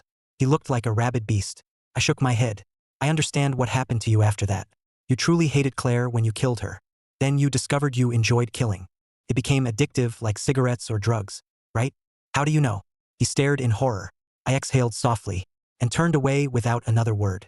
The officers cuffed him, but he kept shouting, Ethan, who the hell are you? I'm Ethan Hayes. I didn't look back. Victor, I just know how men like you think. Eventually, revenge for your son stopped mattering. You knew those women were innocent. They may have made mistakes, but they didn't deserve death. You just couldn't stop. And when the police couldn't find you, you grew bolder. You craved the fear on their faces as they died. You loved touching their cold bodies even more, right? By the time I finished, I was out the door. Victor stared blankly after me, speechless. I was right. By the time he killed Sophie, the hatred was gone. He'd never expected killing to become addictive. Victor was taken away in cuffs with both legs broken. Outside the room, I called Dad. Did you talk to the driver's family? Yes. They'll testify at trial. Dad sounded warm. He was clearly thrilled. By the way, come to the press conference tonight. I shrugged. Not interested. The case is solved. I'm done with law enforcement. I'm still a student. Right. You're still a student. You made me look good. I'll get you a big gift. How's that? Sounds good. Depends on the gift. We talked a little longer, then hung up. With nothing else to do, I went home. The moment Martha saw me, she wanted to cook. I said I wasn't hungry and turned on the TV. By evening, nearly every channel on Crestfall Television Network was airing the same report. Breaking news. The serial torture murders that rocked Crestfall 10 years ago have been solved. The killer was arrested at an orthopedic hospital at 3:42 p.m. Police sources confirm. The torture murder 2 days ago was committed by a different killer. Both cases are now solved. We've also learned that beyond the efforts of law enforcement, a young man identified only as Hayes made the greatest contribution to both cases. I watched the report. I wasn't surprised they'd revealed that much. I'd been involved throughout. Total secrecy was impossible. Then Mom unexpectedly called. Mom, what's up? Raymond's mother is here. She wants to speak with you. Helen's voice soon came through. Mr. Hayes, thank you for your kindness. But my son doesn't deserve such special treatment. I truly appreciate it, and I owe you an apology. I shouldn't have lied to you. I smiled. There's really no need. Bury him where he was. He brought it on himself. All right, we'll do as you wish. I don't do favors for no reason. Too many people need help. Why waste it on someone who may not deserve it? I only offered because I'd promised her. Since she declined, I gladly accepted. I put down my phone and kept watching TV. My parents didn't get home until almost 10. As soon as they arrived, Mom called me out. Ethan, your dad has a gift for you. I hadn't expected Dad to mean it, so I looked genuinely surprised. Dad, you were serious this afternoon? Dad laughed and patted my shoulder. What did you think? You should have seen Martin Caldwell in my office. He looked sick to his stomach. It was priceless. This time you did more for the Hayes family and law enforcement than anyone else. You've earned a gift. Then bring it out. Enough suspense. But neither of them moved. There was no gift box either. Mom smiled. Your dad arranged for you to graduate high school early and attend Crestfall Police Academy next semester. I froze. At first, I was thrilled to skip senior year. Turns out I was just trading one pressure cooker for another. Seeing my reluctance, Dad explained, Crestfall Police Academy is the country's top law enforcement school. Every student there has the potential to become an outstanding officer. Your grandpa was its honorary president when it opened. I graduated from there too. Ethan, the people there are fascinating. Don't you want to try it? Fascinating?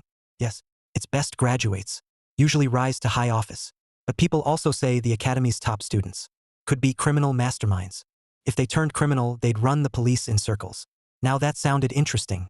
In this life, I had money and power. I pushed others around. No one dared push me. Eating, playing, and sleeping every day was painfully dull. That's why, when the torture murder threatened the Hayes family, I jumped in immediately. If my classmates were really that interesting, life could be much more fun. At least it'd beat staring at textbooks every day. All right, I'll give the academy a shot. Mom was overjoyed. Great, I'll start packing everything you need. I stared at her in disbelief. Mom, school is over a month away. What's the rush?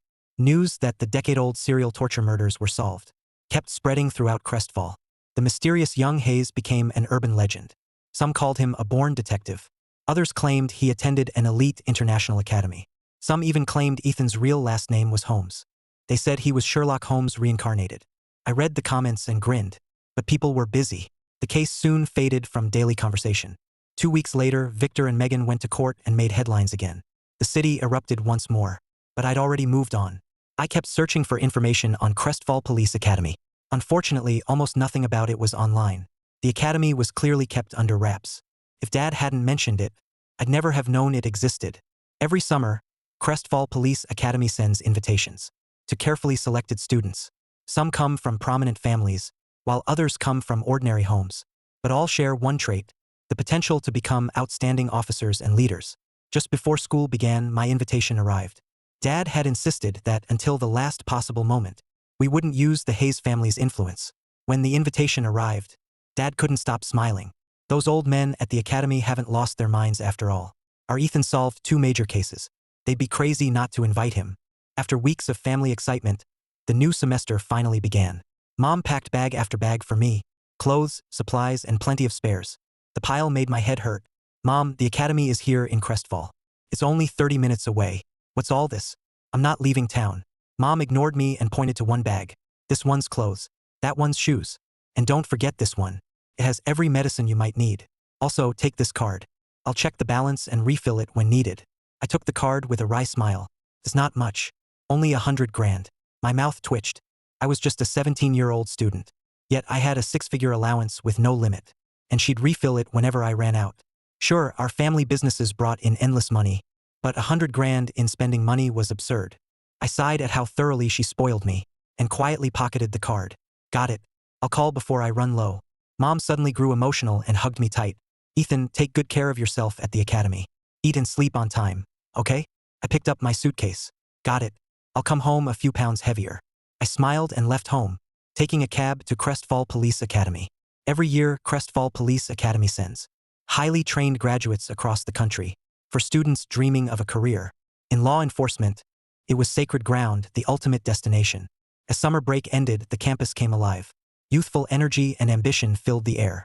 Nothing corrupt should have existed in a place like this. On the 7th floor roof of Dorm B, no one had visited in 2 months. Wind howled across the roof, rattling sheet metal and making loose parts clang. But an iron door completely sealed the roof from the building. No one knew what was up there, only that it had a water tank. With school starting, the tank would soon be used again to supply water for showers and laundry. But after 2 months of disuse and a loose valve, the tank was bone dry. Only a few small creatures remained, constantly bumping against its metal walls. The thuds were faint, but with an ear against the tank, you could hear creatures squeaking inside. Most likely, that tank held several rats. I stood outside Crestfall Police Academy. Officers guarded the gatehouse, standing straight with sharp eyes. That alone set it apart from ordinary schools. The academy had one unusual feature. Its students varied widely in age. Some were 25 or 26. Others were only 14 or 15. Older students seemed less impressive here, while younger ones stood out as prodigies. Still, it offered a full academic curriculum. Most courses prepared students for law enforcement, but language, math, English, physics, and chemistry were all required. I approached the gate. A guard immediately stopped me. "Student, please show your admission letter." I pulled it from my bag. Even on move-in day, parents weren't allowed inside. Anyone who needed parental help would be mocked. After checking the letter, the guard let me through. I smiled and thanked him. I entered and found the admissions office. They registered me and assigned my dorm. Once all the paperwork was done, I finally got my room key. The housing was nice, 3 students per room, each with a separate bed. My roommates hadn't arrived yet. I unpacked my things and played on my phone for a while. Soon the door opened. A man in his early 20s walked in. He had a buzz cut and was shorter than me, but solidly built. He paused when he saw me. "Hey, are you in this room too?" I nodded. He looked even more surprised. "So the rumors are true. Age really doesn't matter here. Man, you look 17 or 18 at most." I just turned 17. Close enough to 18. "Damn, you're a genius. That's awesome. I'm Trevor Walker. I'm from Riverbend. Nice to meet you." I smiled, shook his hand, and exchanged pleasantries. Then our last roommate arrived. Trevor looked stunned again, because another teenager walked in. He wore glasses and slightly worn clothes. He gave Trevor and me a faint smile, but his eyes were timid. "Hi, I am Owen Blake. I'm Ethan Hayes. I'm Trevor Walker. How old are you, man?" Trevor seemed obsessed with age. 19. "Come on. You're killing me. 3 guys in one room. One's 17, one's 19, and I'm already 21. How can an old man like me room with 2 prodigies?" Trevor pounded his chest in despair. Owen and I couldn't help laughing, but Owen kept sneaking glances at me. Finally, he had to ask, "Are you really only 17? I nodded. He grinned. "Looks like I came to the right place. This is gonna be fun." I gave him a surprised look. He had the same idea as me. He was here for fun. After chatting a while, we went to check out the cafeteria. It would feed us all semester, so it mattered. Luckily, the academy cafeteria wasn't bad. The food was good. Owen and Trevor couldn't stop grinning. They praised the academy all over again. But when we returned to the dorm, this perfect image took a hit. There was no water. Owen took off his shirt. Even with the AC, he still felt sticky. After waiting a while, he said, "This won't work. Let's ask the dorm manager when the water's coming back." Trevor and I agreed. No shower in this heat was miserable. We went downstairs together and found a crowd already asking. Over the noisy crowd, the dorm manager picked up a megaphone. "Everyone, please be patient. I only arrived this evening. I've already reported it. The rooftop water tank probably broke after sitting unused. But it's too late tonight. The school says a repair crew will come tomorrow. We have to wait until tomorrow? We'll stink like rotten fish by morning." "Exactly. We need water. We need showers. Our roommate Gordon Mills has stinky feet. Without water, he'll gas us all to death tonight." The students kept yelling, overwhelming the manager. Owen sighed. I said, "Forget it. Let's go back. We'll have to rough it tonight." Owen replied. Then Trevor had a wild idea. "It's just a water tank. Why don't we fix it ourselves? The campus store sells tools. Come on, guys. Let's buy some and fix the tank. We'll bring water back for the whole dorm." Trevor jumped into action. I was sweaty and uncomfortable too. If we could fix it ourselves, why wait? We bought some tools and, while no one was watching, raced upstairs. An iron door blocked the roof. A large padlock hung from it. Trevor raised his wrench and asked, shirtless, "Should I pop it? We're already here. Do it. Otherwise, the school will make us wait until tomorrow." Trevor jammed in the wrench. The lock snapped open. He pushed open the cobweb-covered door. A refreshing breeze hit us. Then I caught a scent and stopped Trevor and Owen. "Something smells wrong." It smelled like decay. It was faint, but unmistakable. Owen soon looked at me. "Yeah. Something up here is rotting. Probably a dead rat or bird." I nodded and smiled. "Let's fix the tank. It's roasting up here. I'm already burning up. Let's hurry. If we're caught, we'll get chewed out even for helping." Trevor headed toward the tank. The rooftop tank was huge with water pooled beneath it. Trevor looked it over and sighed. I expected worse. The valve just came loose. The pump pressure knocked it off. With this opening exposed, there's no pressure. No water can reach the pipes. Put it back on. Then we'll have water. Owen urged him. Trevor nodded and picked the valve out of the puddle. But beside it, he found a ring. "Is this real gold?" Hearing that, Owen and I walked over. Trevor was holding a ring. It looked gold and wasn't large. The letter R was engraved on it. "Someone probably dropped it up here. Let's turn it in later." Owen spoke softly. Trevor seemed reluctant, but didn't plan to keep it. He put it in his pocket and raised the valve. Then a pointed head suddenly squeezed through the opening, squeaking nonstop. Trevor recoiled in disgust. Damn, how'd rats get in there? That's disgusting. The tank supplied water to the entire dorm. Just knowing rats were inside made us sick. But Owen and I moved closer. From the fist-sized opening, we smelled that same rotten odor. A rat couldn't smell that strong. Owen looked baffled. Then something hit me. I climbed the ladder and opened the tank. I shined my phone inside. A person lay at the bottom. The stench poured out. Trevor and Owen saw my expression change. They asked together, "What is it? Come see for yourselves." I climbed down. Owen climbed up first and shined in his phone. When he saw the motionless body, surprise flashed across his face. Then he instinctively rubbed his chin, deep in thought. Trevor called impatiently, "Why are you staring? Get down and let me see." Owen quietly climbed down and Trevor went up. One look inside made him yell, "Holy crap, a dead body. There's a body in the academy's water tank." Trevor looked like Columbus discovering the new world. Dad had said the academy was full of oddballs. Trevor was definitely one of them. Most people would panic at a corpse. Not him. After the initial shock, he tried climbing inside. I rolled my eyes. "What are you doing? Get down." "Getting the body out so we can examine it." "Owen, get ready. Didn't you come here to study forensics? Once I get it out, it's your time to shine." Excitement lit Owen's eyes. He rubbed his hands. "I won't let you guys down."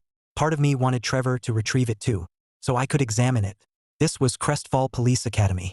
The body was hard to see, but it wore an academy uniform. It had been there a long time. Someone had killed an academy student on campus and hidden the body in the tank for weeks. The killer had to be brilliant. Could the victim have fallen in? No one would believe that. The lid had been sealed. This was clearly murder and concealment. Trevor braced himself to jump into the tank. Just as he lifted himself, the iron door opened. Several unexpected people stepped onto the roof.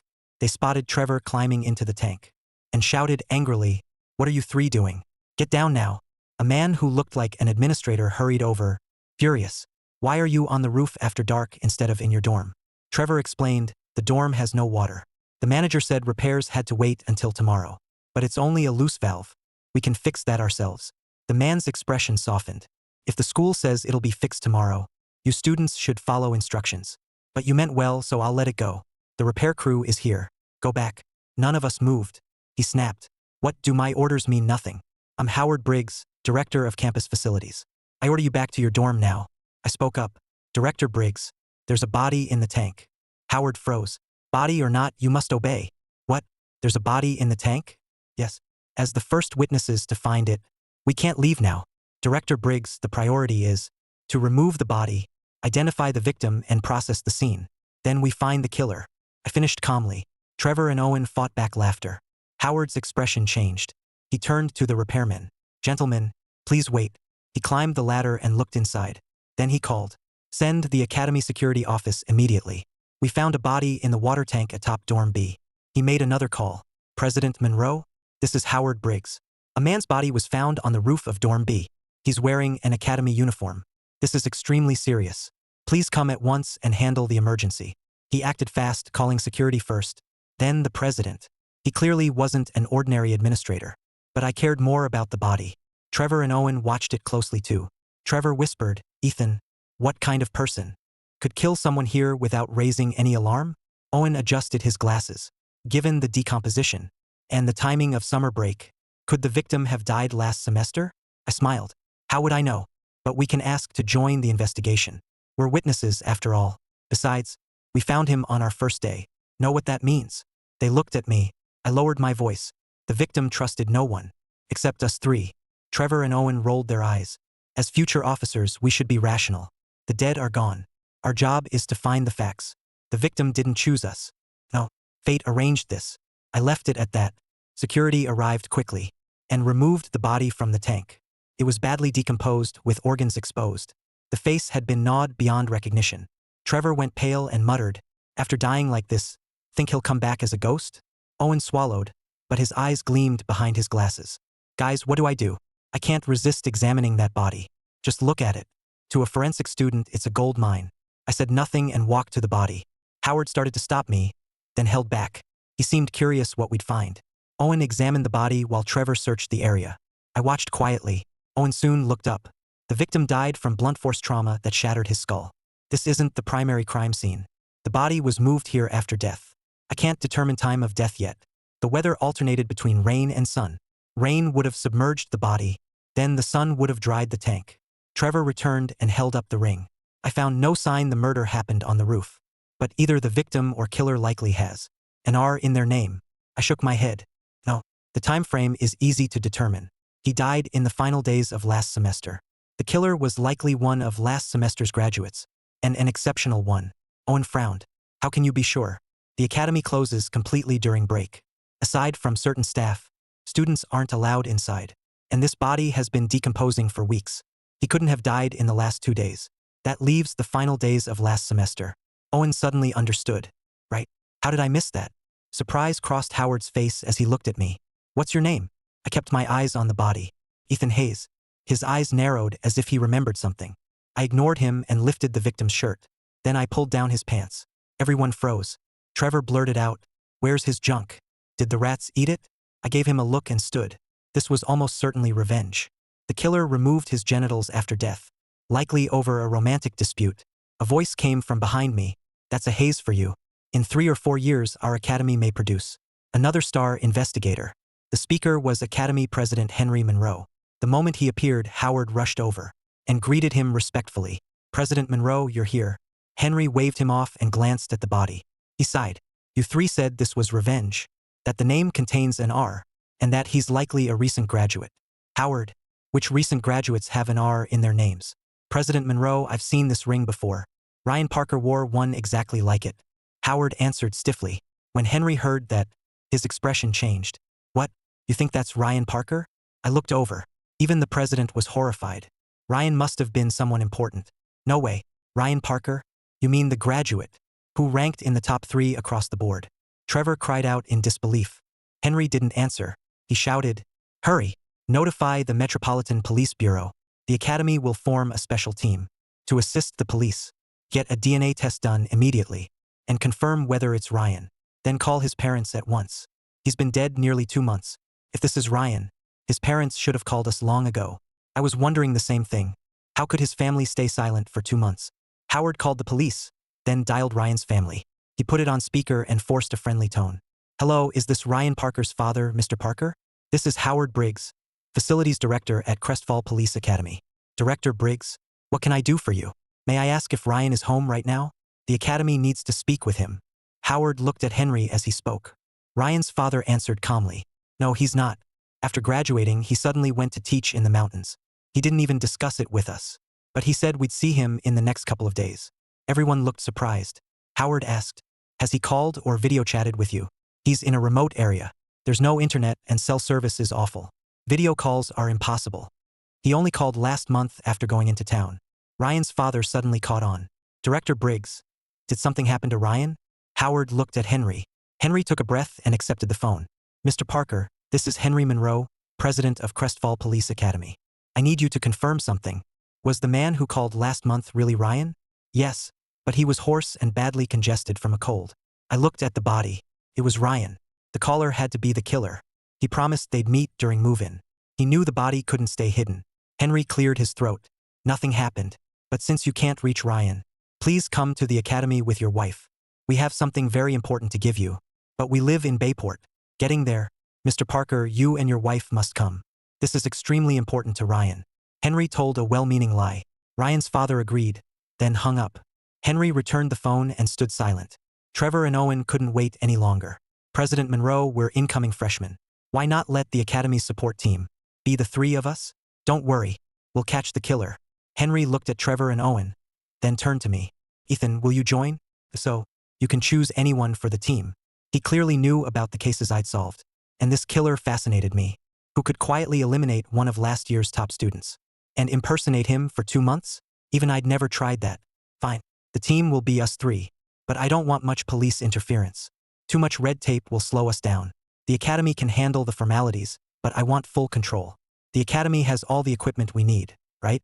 Howard tried to object, but Henry stopped him with a smile. "Fine. You're in charge. I'll work things out with the police. But Ethan, you know this case can't drag on." "Of course." "Good. Security, take the body to the Forensic Science Department's lab. Have them run the DNA." At Henry's order, Security wrapped the body and carried it away. The three of us gathered around the body in the forensics lab. Until the DNA results came back, nothing was certain. The ring wasn't conclusive either. Owen examined the body carefully. I watched from the side. Trevor kept staring at the victim's groin and muttered, "Ethan, what if this guy was two-timing? Maybe one woman felt betrayed, killed him, then cut off his junk." He looked convinced.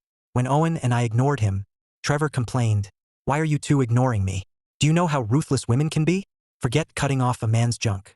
With enough hate, they'd cut him to pieces. Until we know the truth. Every theory is just speculation." Owen replied. Trevor pouted, then leaned toward me. "Hey Ethan, is your family loaded? President Monroe called you Mr. Hayes." I looked at him. "Are you here to investigate? Or gossip and watch the show?" "To investigate, obviously. I've already figured this case out. The hard part isn't identifying the killer. It's finding evidence that proves it. We're facing a highly intelligent criminal. He quietly eliminated Ryan Parker, one of the Academy's best students. We'll be lucky if he left even one piece of evidence." Trevor seemed goofy, but getting into this academy took real skill. His assessment matched mine. Finding the killer wasn't the hardest part. Proving it was. We worked from evening until late at night. Owen finally got the results. "It's Ryan Parker." "Ethan, you were right.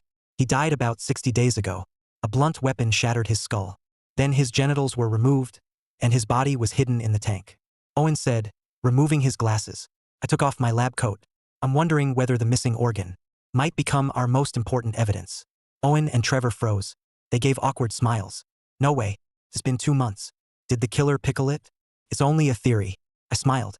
We said nothing more, and opened the lab door. A crowd was unexpectedly waiting outside. They were older academy students. A tall student stepped forward. "You're the investigation team President Monroe appointed? The incoming freshman?" Trevor stepped forward with his head held high. "That's us. I'm Logan Caldwell, a second-year student here. My team is joining yours. Give us everything you know so we can solve this quickly." His tone was calm but clearly commanding. Trevor's expression darkened. Owen clutched the case folder. When we said nothing, Logan continued, "Listen, freshman. This is the Academy's first murder case. The public knows and it's causing an uproar. For the Academy's reputation, you should know your limits. Don't fail to solve it and embarrass the Academy. That's ridiculous. Who says we can't solve it?" Trevor shot back. "If I say you can't, you can't. Out of respect for President Monroe, I'm offering to join your team. Otherwise, I'd have your team disbanded." Logan's eyes were cold and arrogant. Several students behind him chimed in. "Listen, freshman. When we solve this, we'll still give you some credit. But you just got here. You probably don't even know basic investigative procedure.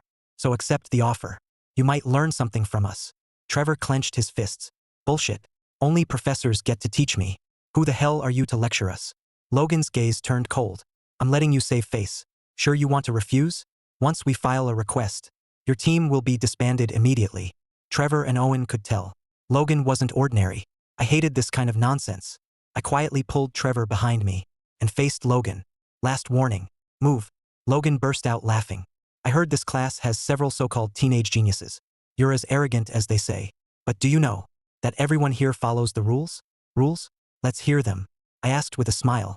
Logan was one of the Academy's best second-year criminal investigation students. His uncle was Metropolitan Police Commissioner Martin Caldwell. Once Logan graduated, he could join the Metropolitan Police Bureau directly. To most people, Logan was powerful. Even Owen and Trevor looked uneasy. But the next second, the defiant Logan suddenly went pale. I planted my palm on his face and shoved his head aside. Logan stumbled backward. Humiliated, he shouted, "You fucking pushed me? You're just Martin Caldwell's nephew, and you think you can swagger in front of me?" I stared at him. "Call your uncle and ask who Ethan Hayes is." I shoved Logan aside and left with Trevor and Owen. They followed behind me. I could feel their curiosity about my identity. Now they should understand why I didn't care about that commissioner. Logan's crew looked furious. "Stop," they shouted. I turned around. "Want to fight? When it's over, you'll be the ones expelled." I didn't mind using my status when necessary. The Hayes name gave me nothing to fear. Logan calmed down and kept wondering, who was Ethan Hayes? The Academy was full of talented heirs from powerful families. Then he remembered something. The serial case from over a month ago. His uncle had been furious about that 10-year-old case. Martin had been kept completely in the dark, while the man who solved it was Ethan Hayes, heir to the Hayes family. The Hayes family was the archrival of his uncle's backers. Logan finally understood and hurried after us. Forcing a smile, he asked, "You're the Hayes heir?" I glanced at him without answering.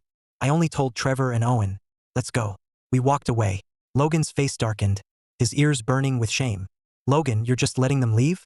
Solving this case would earn us major credit. Someone complained. Logan glared at him. Don't say I didn't warn you. Stay away from Ethan Hayes. He's heir to a 3-generation military and law enforcement dynasty in Crestfall. We can't afford to cross him. Everyone gasped. We reached the president's office after midnight. Henry hadn't slept. When we entered, he stood and smiled. What did you find? The victim is Ryan Parker. He died 2 months ago. We need his personal history to narrow the suspect pool. I answered. Henry nodded and pulled a file from his desk. I already prepared it. Don't stay up too late. We took it back to our dorm. Henry's file was thorough, covering Ryan's roommates and classmates. Trevor soon got a headache. Owen wasn't much better. He could examine a body all night, but paperwork put him right to sleep. I sat alone at the desk and read, focusing on Ryan's 2 roommates, and his girlfriend, Jessica Morgan. She was now an officer at Westbridge Precinct. I closed the file and wrote down 3 names: Jessica Morgan, Nolan Harper, and Adrian Knox. I locked up the file and went to bed. At 8 the next morning, someone woke us. Henry stood at the door with a girl. We got up.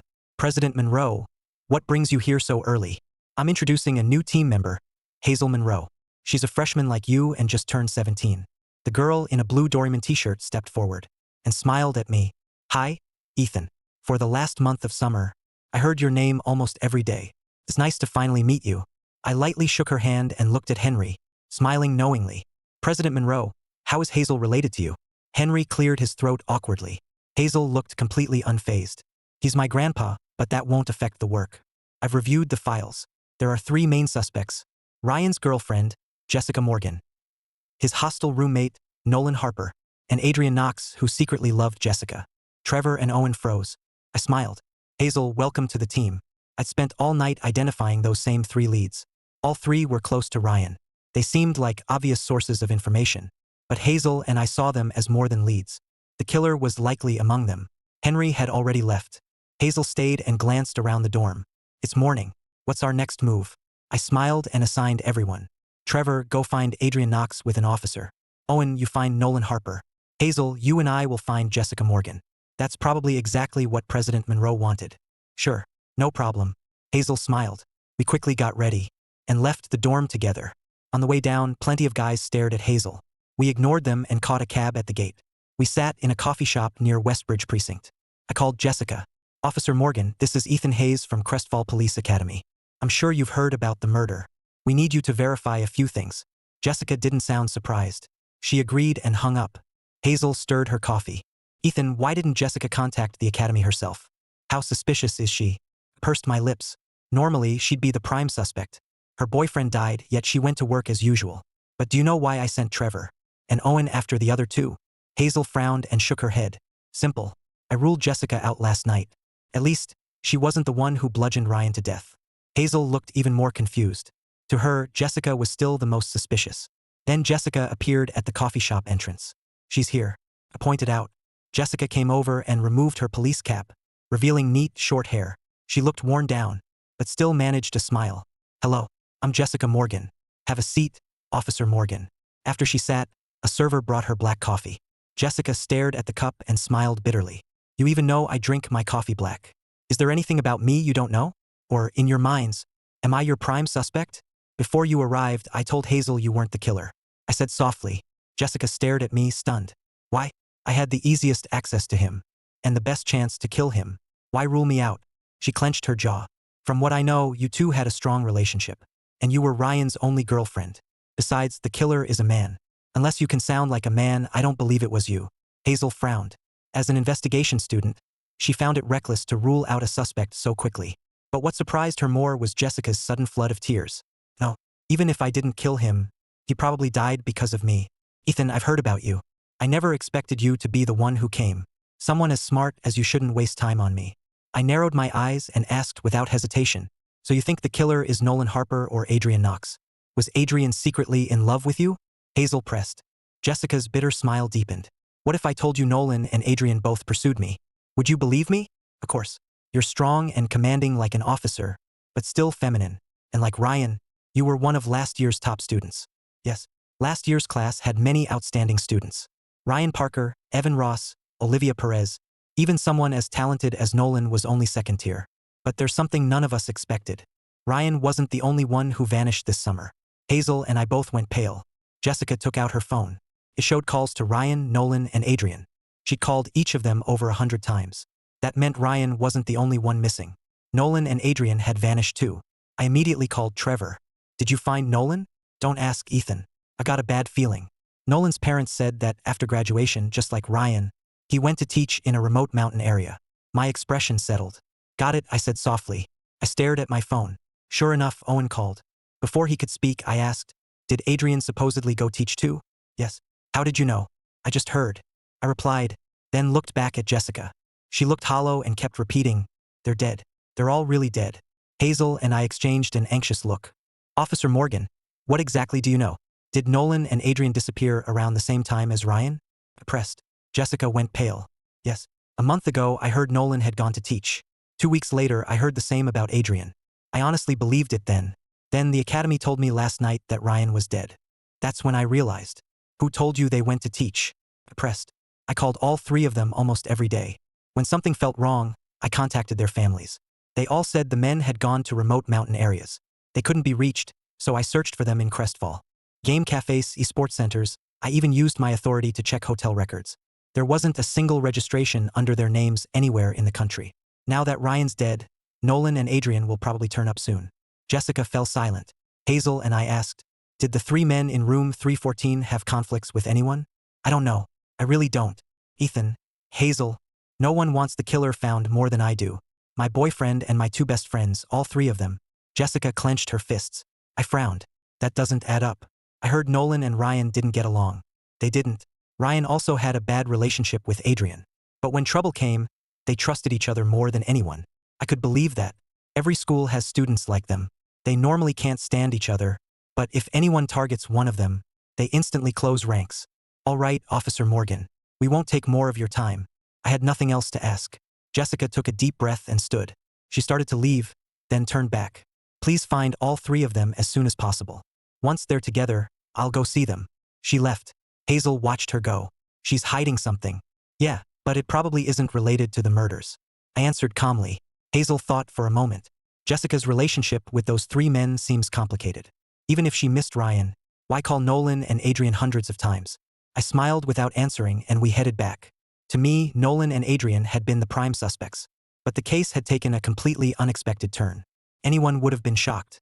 No one saw this coming. Hazel looked grim in the cab. I smiled at her. What? Feeling defeated?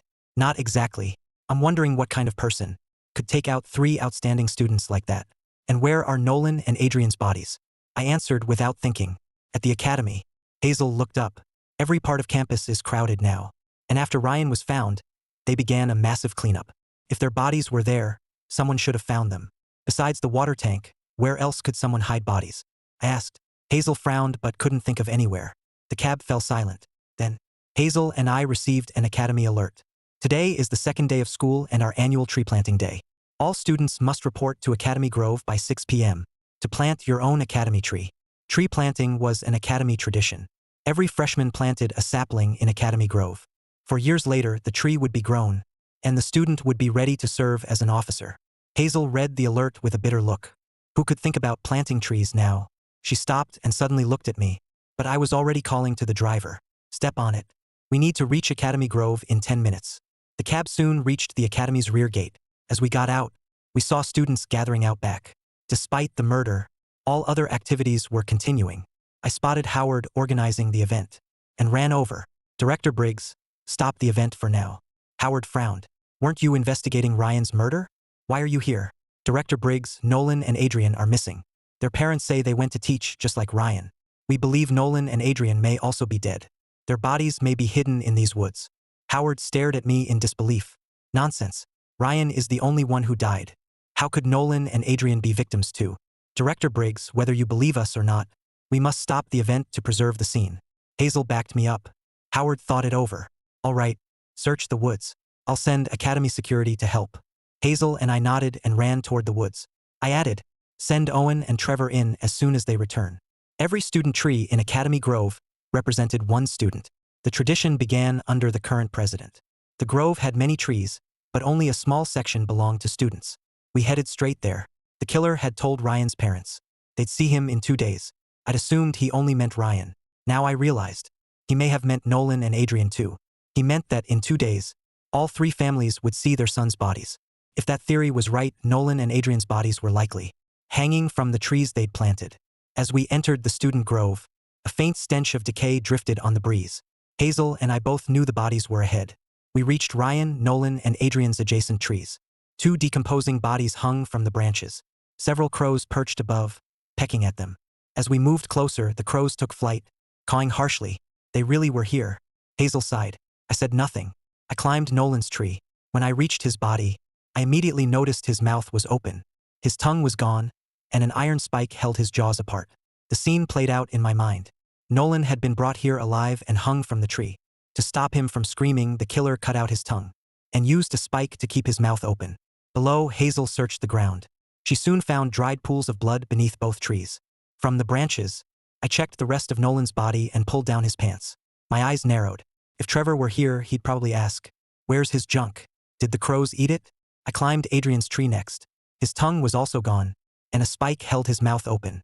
As for what should have been in his pants, that was missing too, just as I thought. Hazel didn't turn around. To Academy students, a victim was a victim regardless of sex. Unable to see clearly from below, she asked, "Same as Ryan?" Yes and no. Aside from his groin, Ryan's body wasn't deliberately mutilated.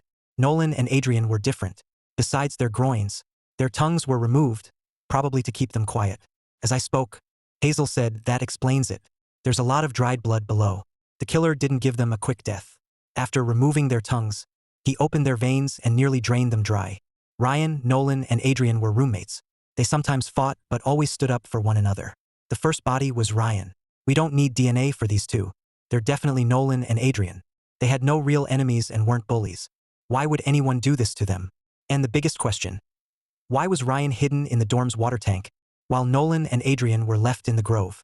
The killer had no reason to separate them. I spoke softly, my brow furrowed. When Nolan and Adrian's bodies were carried from the grove, the entire academy erupted. Ryan's death had already shaken the students and faculty. The media had covered it heavily before the academy contained the story. But with 2 more victims, the situation was beyond the academy's control. Henry called our 4-person team to his office. He looked more serious than ever. We now have 3 victims. This is the worst incident in the academy's history. The Metropolitan Police Bureau has issued an order. They're taking full control. The academy will cooperate. And today, I'll submit my resignation. Owen and Trevor were horrified. President Monroe, how is this your fault? A major crime happened during President Monroe's tenure. He's the academy's top administrator. He has no choice, I said with a sigh. Hazel looked deeply upset, but she didn't want to hurt her grandfather, so she comforted him. Grandpa, don't worry. Even without direct authority, we'll still find the killer. Henry looked at each of us and smiled. I believe you. Academy students solving an academy case would restore our honor and best serve the victims. All right, go keep working. We left the president's office. Hazel's eyes were red. Don't be sad. President Monroe may still return. I spoke softly. Hazel bit her lip. Everything happened so fast. We had no time to prepare. Now we've even lost direct control of the case. Ethan, tell me what we do next. We only have a few scattered clues. The same voice called all 3 families. Each caller claimed to have a cold, so the suspect may be male. Second, we don't change course. This case still centers on a romantic conflict. Third, and most importantly, we must learn why Ryan was hidden in the water tank, while Nolan and Adrian were left in the grove. Hazel suddenly understood. You're right, we stay on course. The different locations must be crucial. To identify every difference between the bodies, we need to examine them again. Owen, before the Bureau takes full control, we need to move fast. As soon as I finished, the 4 of us rushed to the forensics lab, but several officers were already guarding the door. You 4, stop. What are you doing here? They blocked us. Owen looked helpless. Looks like they beat us here. It's fine. We'll force our way in if needed. Then I told the officers, we're the academy students who originally handled Ryan Parker's case. We have crucial information for your medical examiners. You're that investigation team? The officers seemed doubtful. I showed them my student ID. The moment they saw it, they smiled. Oh, it's Mr. Hayes. Move aside. Let Mr. Hayes and his classmates through. Trevor and Owen were stunned by my status again. As the officers stepped aside, they finally asked, Ethan, what exactly does your dad do? He's a top law enforcement official. What about your grandpa? I turned back. With a strange smile. He's military brass. Damn, that's insane. Your dad's in law enforcement, and your grandpa's military? Don't tell me your mom and grandma are legends too. There's no point hiding it. My mom is a nationally renowned medical examiner. Grandma is nearly retired, but she's still a criminal investigation expert. Trevor and Owen's minds went blank. After a long pause, one thought finally surfaced. His whole family is full of monsters. I said nothing more. I pushed open the lab door. Inside, a familiar figure was moving among the 3 bodies, checking one area after another. I couldn't help smiling when I saw her, but after staring in shock, Owen grabbed Trevor's arm and stammered, "Oh my God, that's my idol. Trevor, pinch me. Am I dreaming?" Trevor smacked the back of his head. "What's wrong with you? There's no celebrity here. It's just some woman examining the bodies." "You idiot. Look at who's doing the examination. She's a leading authority in forensic medicine, one of the country's top forensic professors. She's..." Before Owen could finish, I walked over to her and called with a smile, "Mom, you should have told me you were coming. I never expected my mom, Chloe Whitmore, to be on the police forensics team." She looked at me with a broad smile. "Surprised?" "Very. But now it seems obvious. Grandpa was the Academy's first president, and Dad graduated from here, and I'm leading this case. Of course you'd come." Chloe came over and playfully scolded me. "Aren't you clever? I thought I'd have to wait until break to see you.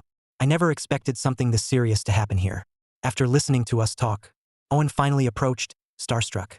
"Professor Whitmore, I'm Ethan's roommate, Owen Blake. I'm a forensic science student, and I've always admired you. I finally get to meet you. Oh, I have a fan? Then tell me, does Ethan look like me?" Chloe asked eagerly. Owen nodded without hesitation. "Absolutely. He looks just like you. All right, back to work. Mom, you've been examining them for a while. What did you find?" I brought us back to the case. Chloe picked up a file from the table. "This is the autopsy report you gave President Monroe. This young man did the main examination, right? Take another careful look. Forensics demands care and precision. Your report missed something important." Owen froze. Trevor quickly kicked him in the shin. "What are you waiting for? This is the best time to learn. Professor Whitmore is giving you a chance." "Thank you, Professor Whitmore. I'll examine it again." Owen quickly changed into a lab coat and solemnly began re-examining Ryan Parker's body. Hazel, Trevor, and I stood aside and waited. Before long, Hazel said softly, "Ethan, I'm jealous of you." "What could you be jealous of?" "Not your family background. I'm jealous that you have such a great mom. She never sounds harsh, and she always puts you first. That's what I'm most jealous of." I understood. Hazel's mother was probably strict with her. "My mom is great in your eyes, but Dad would say, she spoils me rotten." I teased her. Hazel smiled and said nothing, quietly waiting for the results. After some time, when Owen finished re-examining Ryan's body, his expression changed. Trevor started to ask if he'd found something new, but I stopped him. We quietly waited as Owen examined Nolan and Adrian's bodies. After a long while, Owen finally stopped. He walked over to Chloe and bowed slightly. "Professor Whitmore, thank you for your guidance. I won't make this basic mistake again." The 3 of us came over. Chloe smiled and asked, "Then tell us, what did you miss?" I overlooked their internal organs. After examining the organs of all 3 bodies, we found signs of poisoning in each. It was chronic poisoning. Even if no one had killed them, the buildup of toxins might have killed them within a year or 2. Owen's words revealed a new lead. All 3 victims had been poisoned for a long time before they died. "What kind of poison?" I asked. "They all had high levels of chloramphenicol.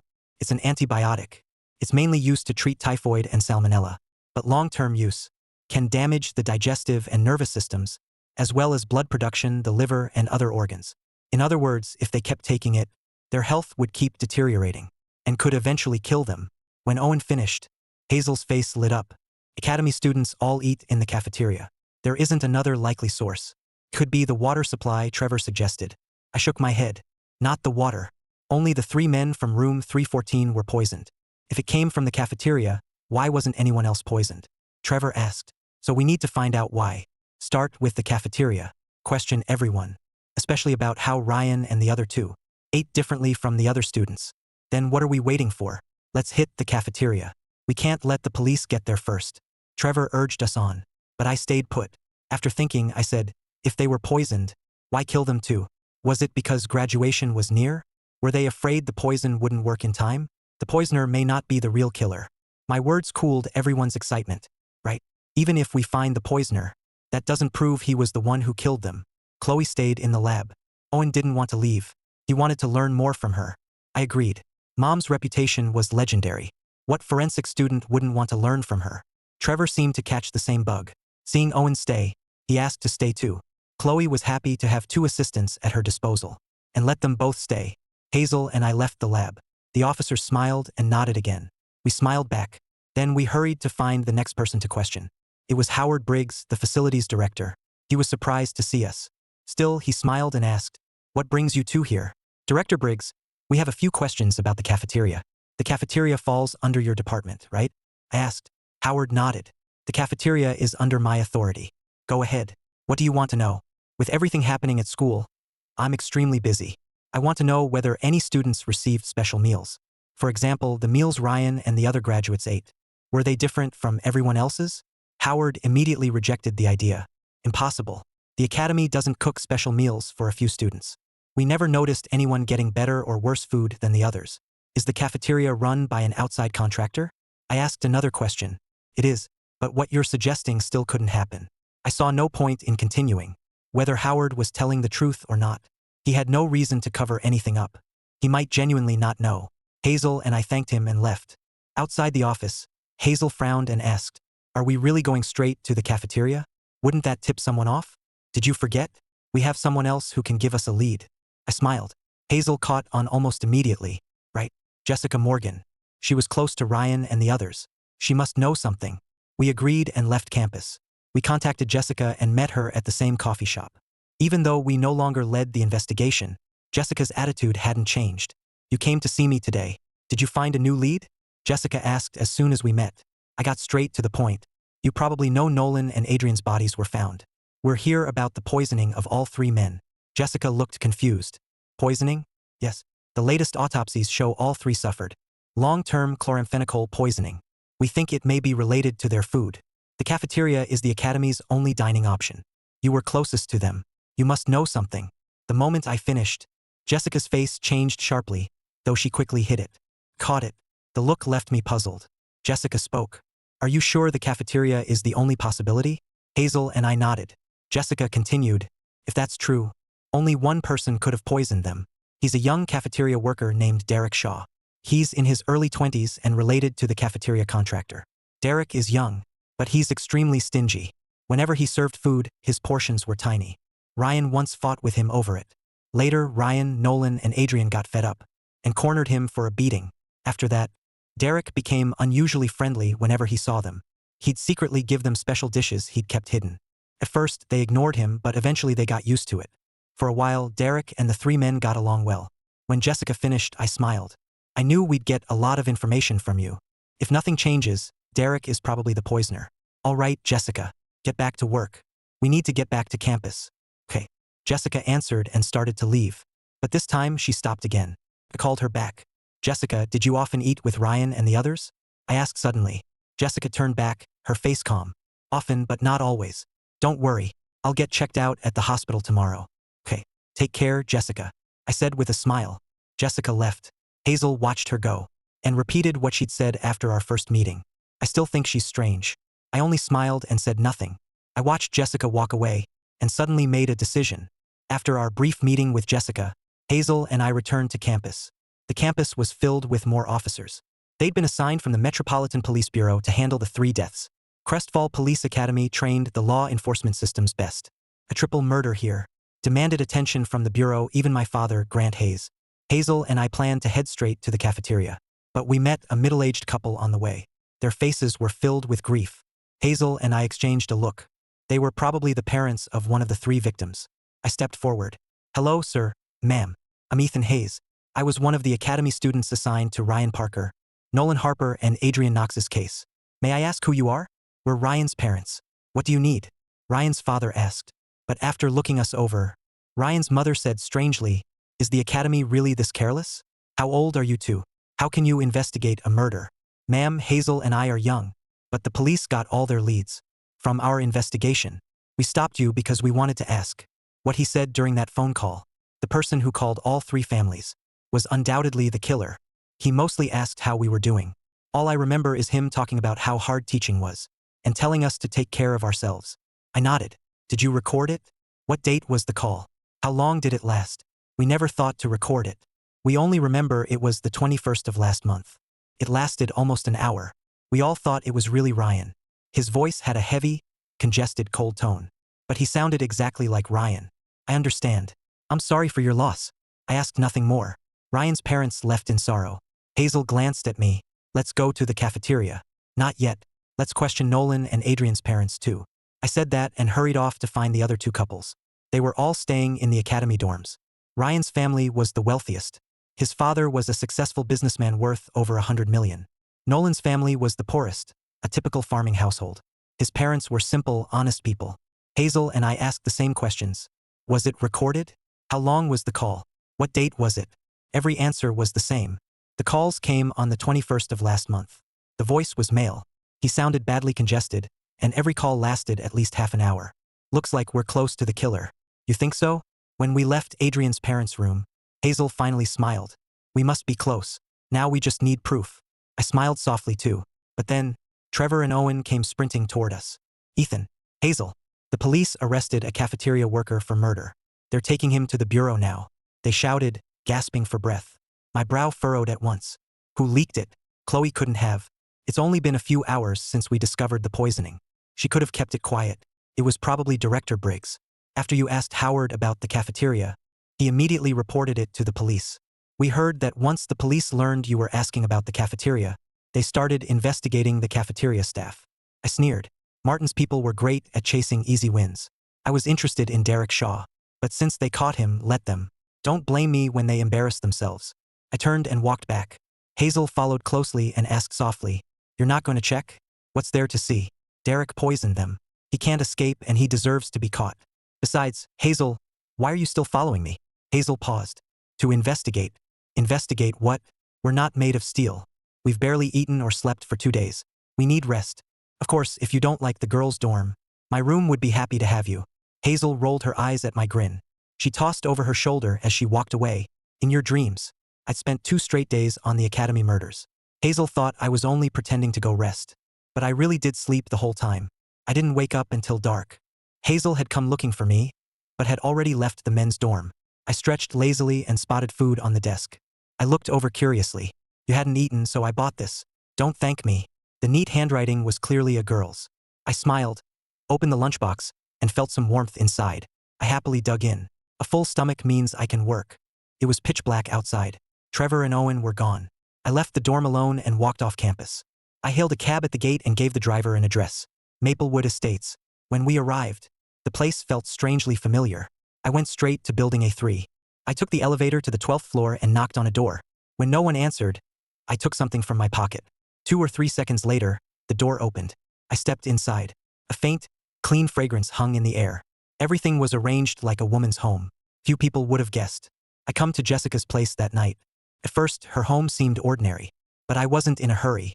Meeting Jessica earlier had left me with an uneasy feeling about her. By my earlier assessment, Jessica was the least suspicious person. But least suspicious doesn't mean innocent. I never rule out anyone connected to a case. I came while she was away, to see whether I could find anything new. After checking the living room, I went into the bedroom. The room was simply furnished, except for one huge wardrobe. The wardrobe immediately made me curious. From what I knew, Jessica had been carefree as a student. She wasn't into clothes, shoes, or makeup, the things most girls liked. She had no need for a wardrobe this large. It made the room feel cramped. That didn't fit her style. I slowly approached it. I opened the door. Jessica's clothes hung inside. Mostly black and white t-shirts and casual wear. I glanced inside and saw nothing unusual. I pulled my hand back to close it, then caught a scent. Something about the smell seemed off. So I pushed the clothes aside one by one. I smelled sandalwood inside. As I moved the clothes, the sandalwood grew stronger. Looking closer, I found a hidden compartment behind the clothes. I opened it at once. What I saw made my heart skip. 2 electric candles cast a faint glow. The sandalwood was coming from a small incense burner. The incense burner was full of ash, probably from at least a month or 2.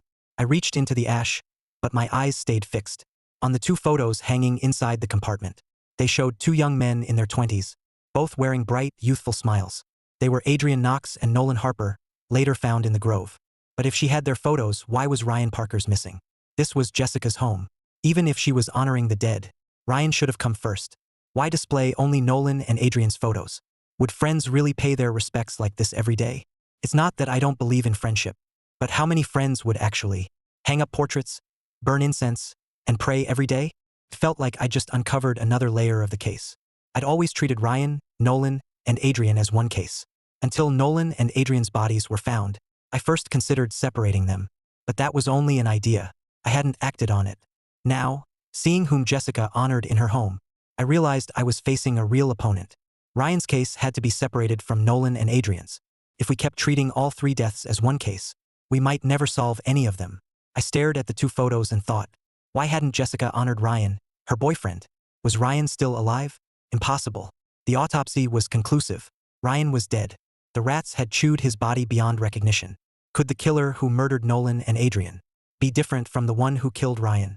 Jessica, congratulations. You're my prime suspect again. I quietly closed the compartment and put the clothes back.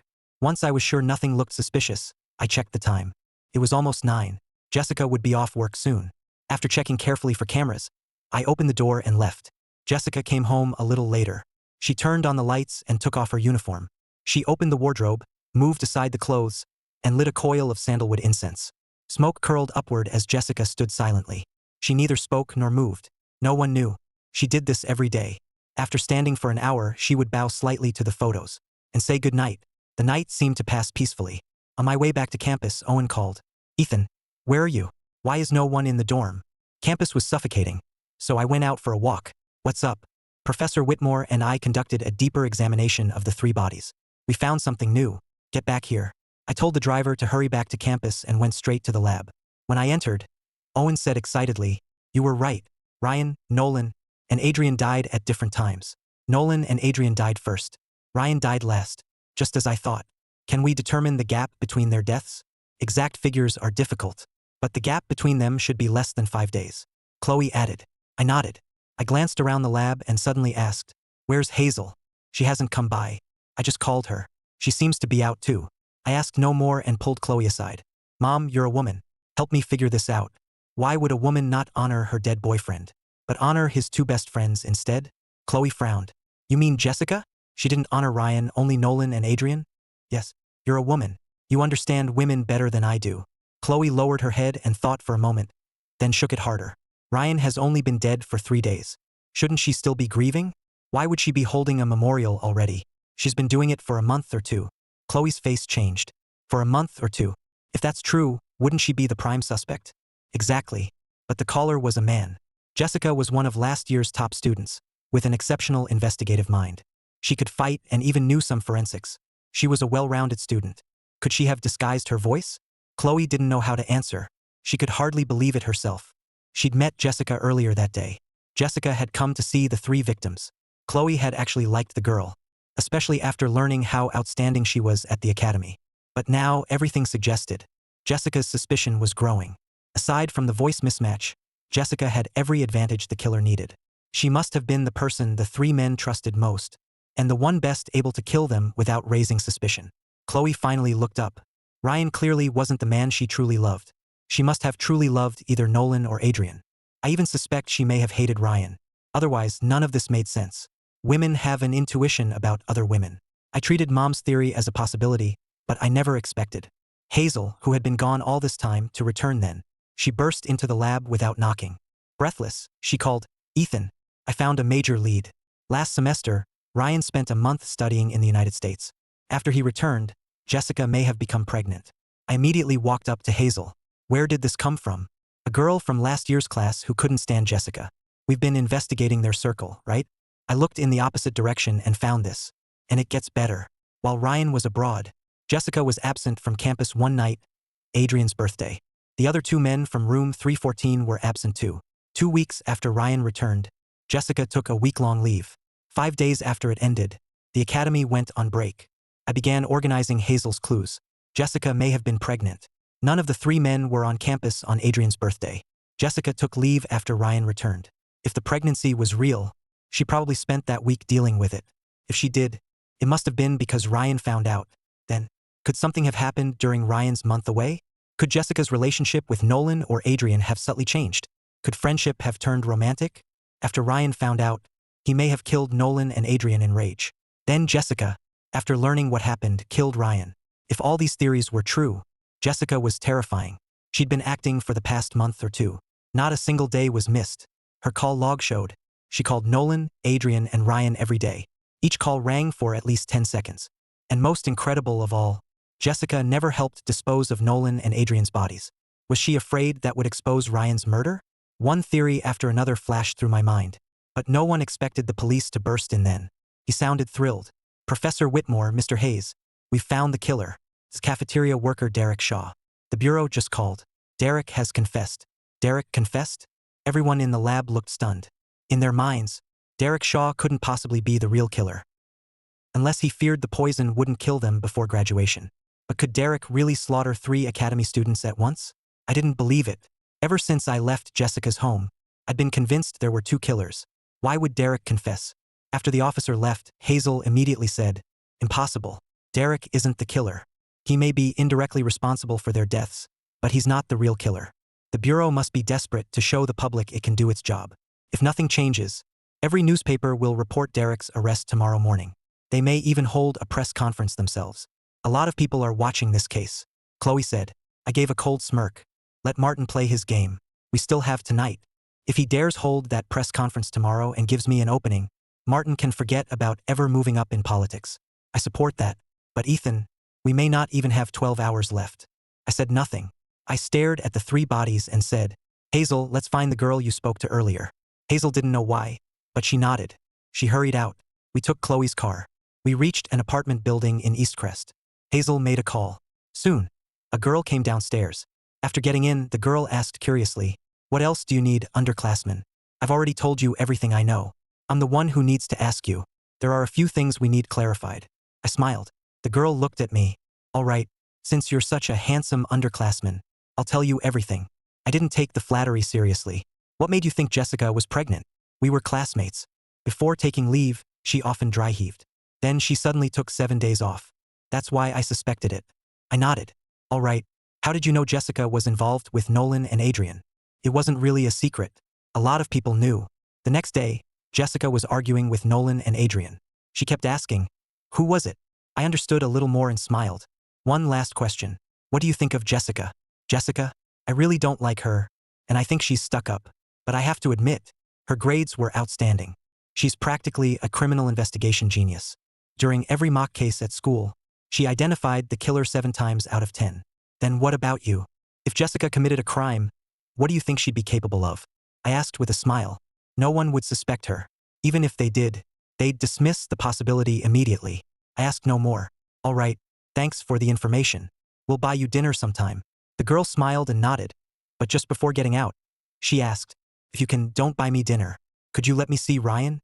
I can promise you may see him tomorrow." "Okay." The girl got out and left.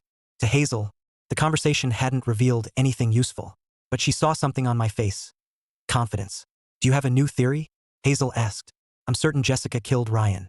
As for Nolan and Adrian, Ryan probably killed them." I said it. Hazel didn't immediately ask why. Instead, she worked it out herself. On Adrian's birthday, Jessica slept with Nolan and Adrian, then became pregnant. Ryan found out. The files show. Ryan was not only brilliant but arrogant. He couldn't tolerate it, so he killed Nolan and Adrian. But Jessica may already have been deeply involved with either Nolan or Adrian. So in her anguish, she set a trap and killed Ryan. Then she staged everything, right? I didn't answer. Instead, I suddenly felt I'd missed something. As I kept wondering what it was, a passage suddenly came to me. In the capital lived a master ventriloquist, entertaining guests at a grand feast. He sat in the northeast corner of the main hall. Most students knew the passage. It was called The Ventriloquist. When I visited Jessica's home tonight, a calligraphy scroll hung on the wall, contained that same passage. The signature belonged to someone, whose last name was also Morgan. That calligraphy now seemed crucial. Couldn't serve as evidence, but it was my strongest reason for believing Jessica was the killer. "Come on, back to the lab," I said. Hazel looked at me. "You don't still want to search the bodies for clues, do you? The bodies are our only chance. We don't have time for anything else. Someone as capable as Jessica wouldn't leave evidence behind." But Jessica was smart and Ryan was smart too. Unless that hammer killed him instantly, he must have left something behind. One blow could kill him. But what if Ryan didn't die on the spot? He may have struggled. And there's still the primary crime scene. We've never found it. Where is it? Maybe it's hidden where no one would think to look. Where was the rejected primary crime scene? The rooftop, the place Trevor ruled out. Hazel and I rushed back to campus. We went straight to the lab. Chloe saw us and immediately asked, "Did you find evidence?" I shook my head. "No, but I'm certain Jessica was involved." "Mom, you and Owen keep working for a while. Give the bodies an even more thorough examination. Focus on the fingernails and mouths. Trevor, prepare a luminol solution." "You found the primary crime scene?" "I'm not sure, but I want to use luminol on the roof and see whether it was the original crime scene. Luminol isn't hard to mix, but its glow from blood is extremely faint. It has to be used in darkness or near total shade." It was already late at night. Trevor and Owen immediately went to prepare it. Once it was ready, Owen stayed to help Chloe. I took Trevor and Hazel to the roof of Dorm B. We had only a limited amount. There wasn't time to make much more. The three of us reached the roof. Trevor and Hazel both looked at me, as if asking where to spray first. I looked around. Jessica could fight, but she probably couldn't carry a body into the tank. If she wanted Ryan to die without warning, the space beyond this iron door was the perfect hiding place. "Trevor, spray in a straight line from the iron door to the tank." Trevor nodded and took the solution. He sprayed it little by little along the line I indicated. If there had ever been blood on the ground, it would show no matter how well it was cleaned or how long ago it happened. The solution slowly reached toward the tank. Before Trevor reached the tank, tiny points of light began glowing on the ground. One glowing area kept spreading. I immediately took out my phone and started recording. A pair of glowing footprints appeared before us. I shouted at once, "Hazel, what size shoes did Ryan wear?" "I think a 13. "What size are these?" "Probably a 7. Hazel's face lit up with excitement. A pair of size 7 footprints had appeared. It was incredible evidence. Footprints that small rarely belonged to a man. I'd observed that Jessica's feet were large for a woman. A size 7 was considered large for a woman. I moved closer and photographed the prints. More footprints slowly appeared. They faded as they went on. The soles had picked up blood, which gradually wore off. When Trevor sprayed around the base of the tank, I called out, "Spray around the tank too. Let's see if the weapon's outline appears." Trevor nodded. Before he could finish, the outline of half a hammer appeared. I smiled and stopped recording. Then I called Chloe. "Mom, no need to examine them anymore. Has the Bureau confirmed the press conference?" "Yes. Tomorrow at 9 a.m. on the Crestfall Police Academy field." Chloe answered. "Good. We're done for tonight. First thing tomorrow, I'll invite Jessica to the press conference." The night flew by. By morning, the sun was shining. Crestfall Police Academy had dominated the news lately. Today it was packed and noisy. Students gathered on the field early to await the press conference. I got up at 7. The first thing I did was call Jessica. She answered quickly. I said, "Jessica, we found the real killer. The Bureau is holding a press conference at the Academy today to reveal the truth. Today you'll finally get closure." Jessica fell silent for a few seconds. Then she said heavily, "Ethan, thank you. It's our job." I hung up and got dressed. Then I called Trevor and Owen downstairs. The field was packed. Trevor said, "Almost every student is here. I think I see President Monroe in the crowd." Owen pointed, and Hazel immediately ran over. I smiled. "Let's go say hello too." Henry wasn't seated with the administrators. He stood among the students. A major murder case had happened during his tenure. He hadn't caused it, but I knew. The Academy president's top duty was preventing student crime. The Academy could produce geniuses, but also exceptionally gifted criminals. It was an unwritten, unspoken rule. The three of us greeted Henry. He looked tired but still alert. Sharp eyes. "Now take a good look. Will today's press conference become a joke?" Henry hadn't become president through seniority. My grandpa was the first president back when qualified leaders were scarce. That's why his tenure was brief. Law enforcement now had plenty of talent. Henry was old, but still among the very best in his field. Hazel and I watched the Bureau officials take their seats. As reporters set up their cameras, I smiled. "We won't have to wait. Everything will unravel today." Henry stared at me in surprise. Then his eyes lit up. "What? You found the killer?" We all nodded while I scanned the crowd. When I spotted a familiar figure, I walked over. "Jessica, you made it. Want me to find you a seat?" Jessica smiled and shook her head. "Academy graduates aren't that delicate. I'll stand with you and wait for the verdict." "Yeah, I just never imagined a cafeteria worker could do something like this." I sighed. Who would have guessed? Maybe the Academy rubbed off on him. He spent every day around law enforcement prodigies. Maybe he learned enough to pull it off. A true criminal mastermind can be the obvious killer, yet no one wants to believe it. Jessica seemed to sigh. I asked pointedly, "Well said, Jessica. I've always believed killers hide where we least expect them." Jessica turned toward me, about to speak, but a bureau official tapped the microphone. Testing. Members of the media, Academy faculty and students. Good morning. I'm Deputy Commissioner Peter Lang. Today's press conference concerns one matter, the 901 rooftop body case, and the 903 Grove body case. After Peter's opening remarks, a reporter immediately asked, Deputy Commissioner Lang, these two Academy cases have recently caused an uproar across major news sites. Has the killer already been arrested? If so, will you reveal the killer's identity today? To the Academy administrators, after these two cases, did the former president resign to take responsibility? Deputy Commissioner Lang, Academy officials, 3 people have died. The public impact has been enormous. How will the Academy prevent this from happening again? The reporters talked over one another. Deputy Commissioner Lang, clearly in charge, raised a hand.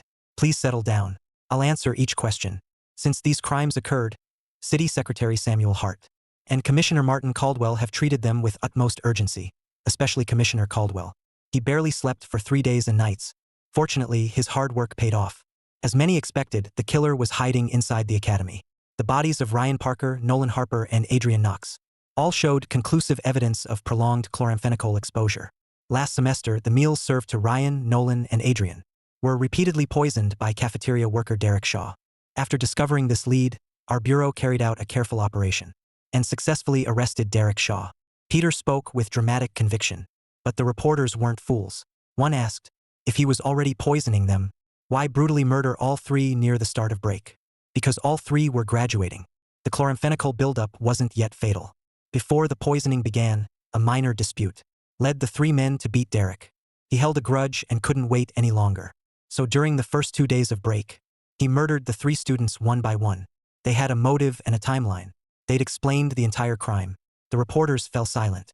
Fear crossed the students' faces. They ate cafeteria food every day too. What if they'd offended Derek and been poisoned without knowing? The students grew restless, while the victims' parents sobbed uncontrollably.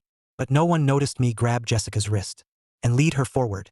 Her eyes were red, her face full of grief, but my touch caught her completely off guard. Before she could ask why, I shouted toward the stage, Deputy Commissioner Lang, Derek only poisoned them. Who told you he murdered Ryan and the other 2?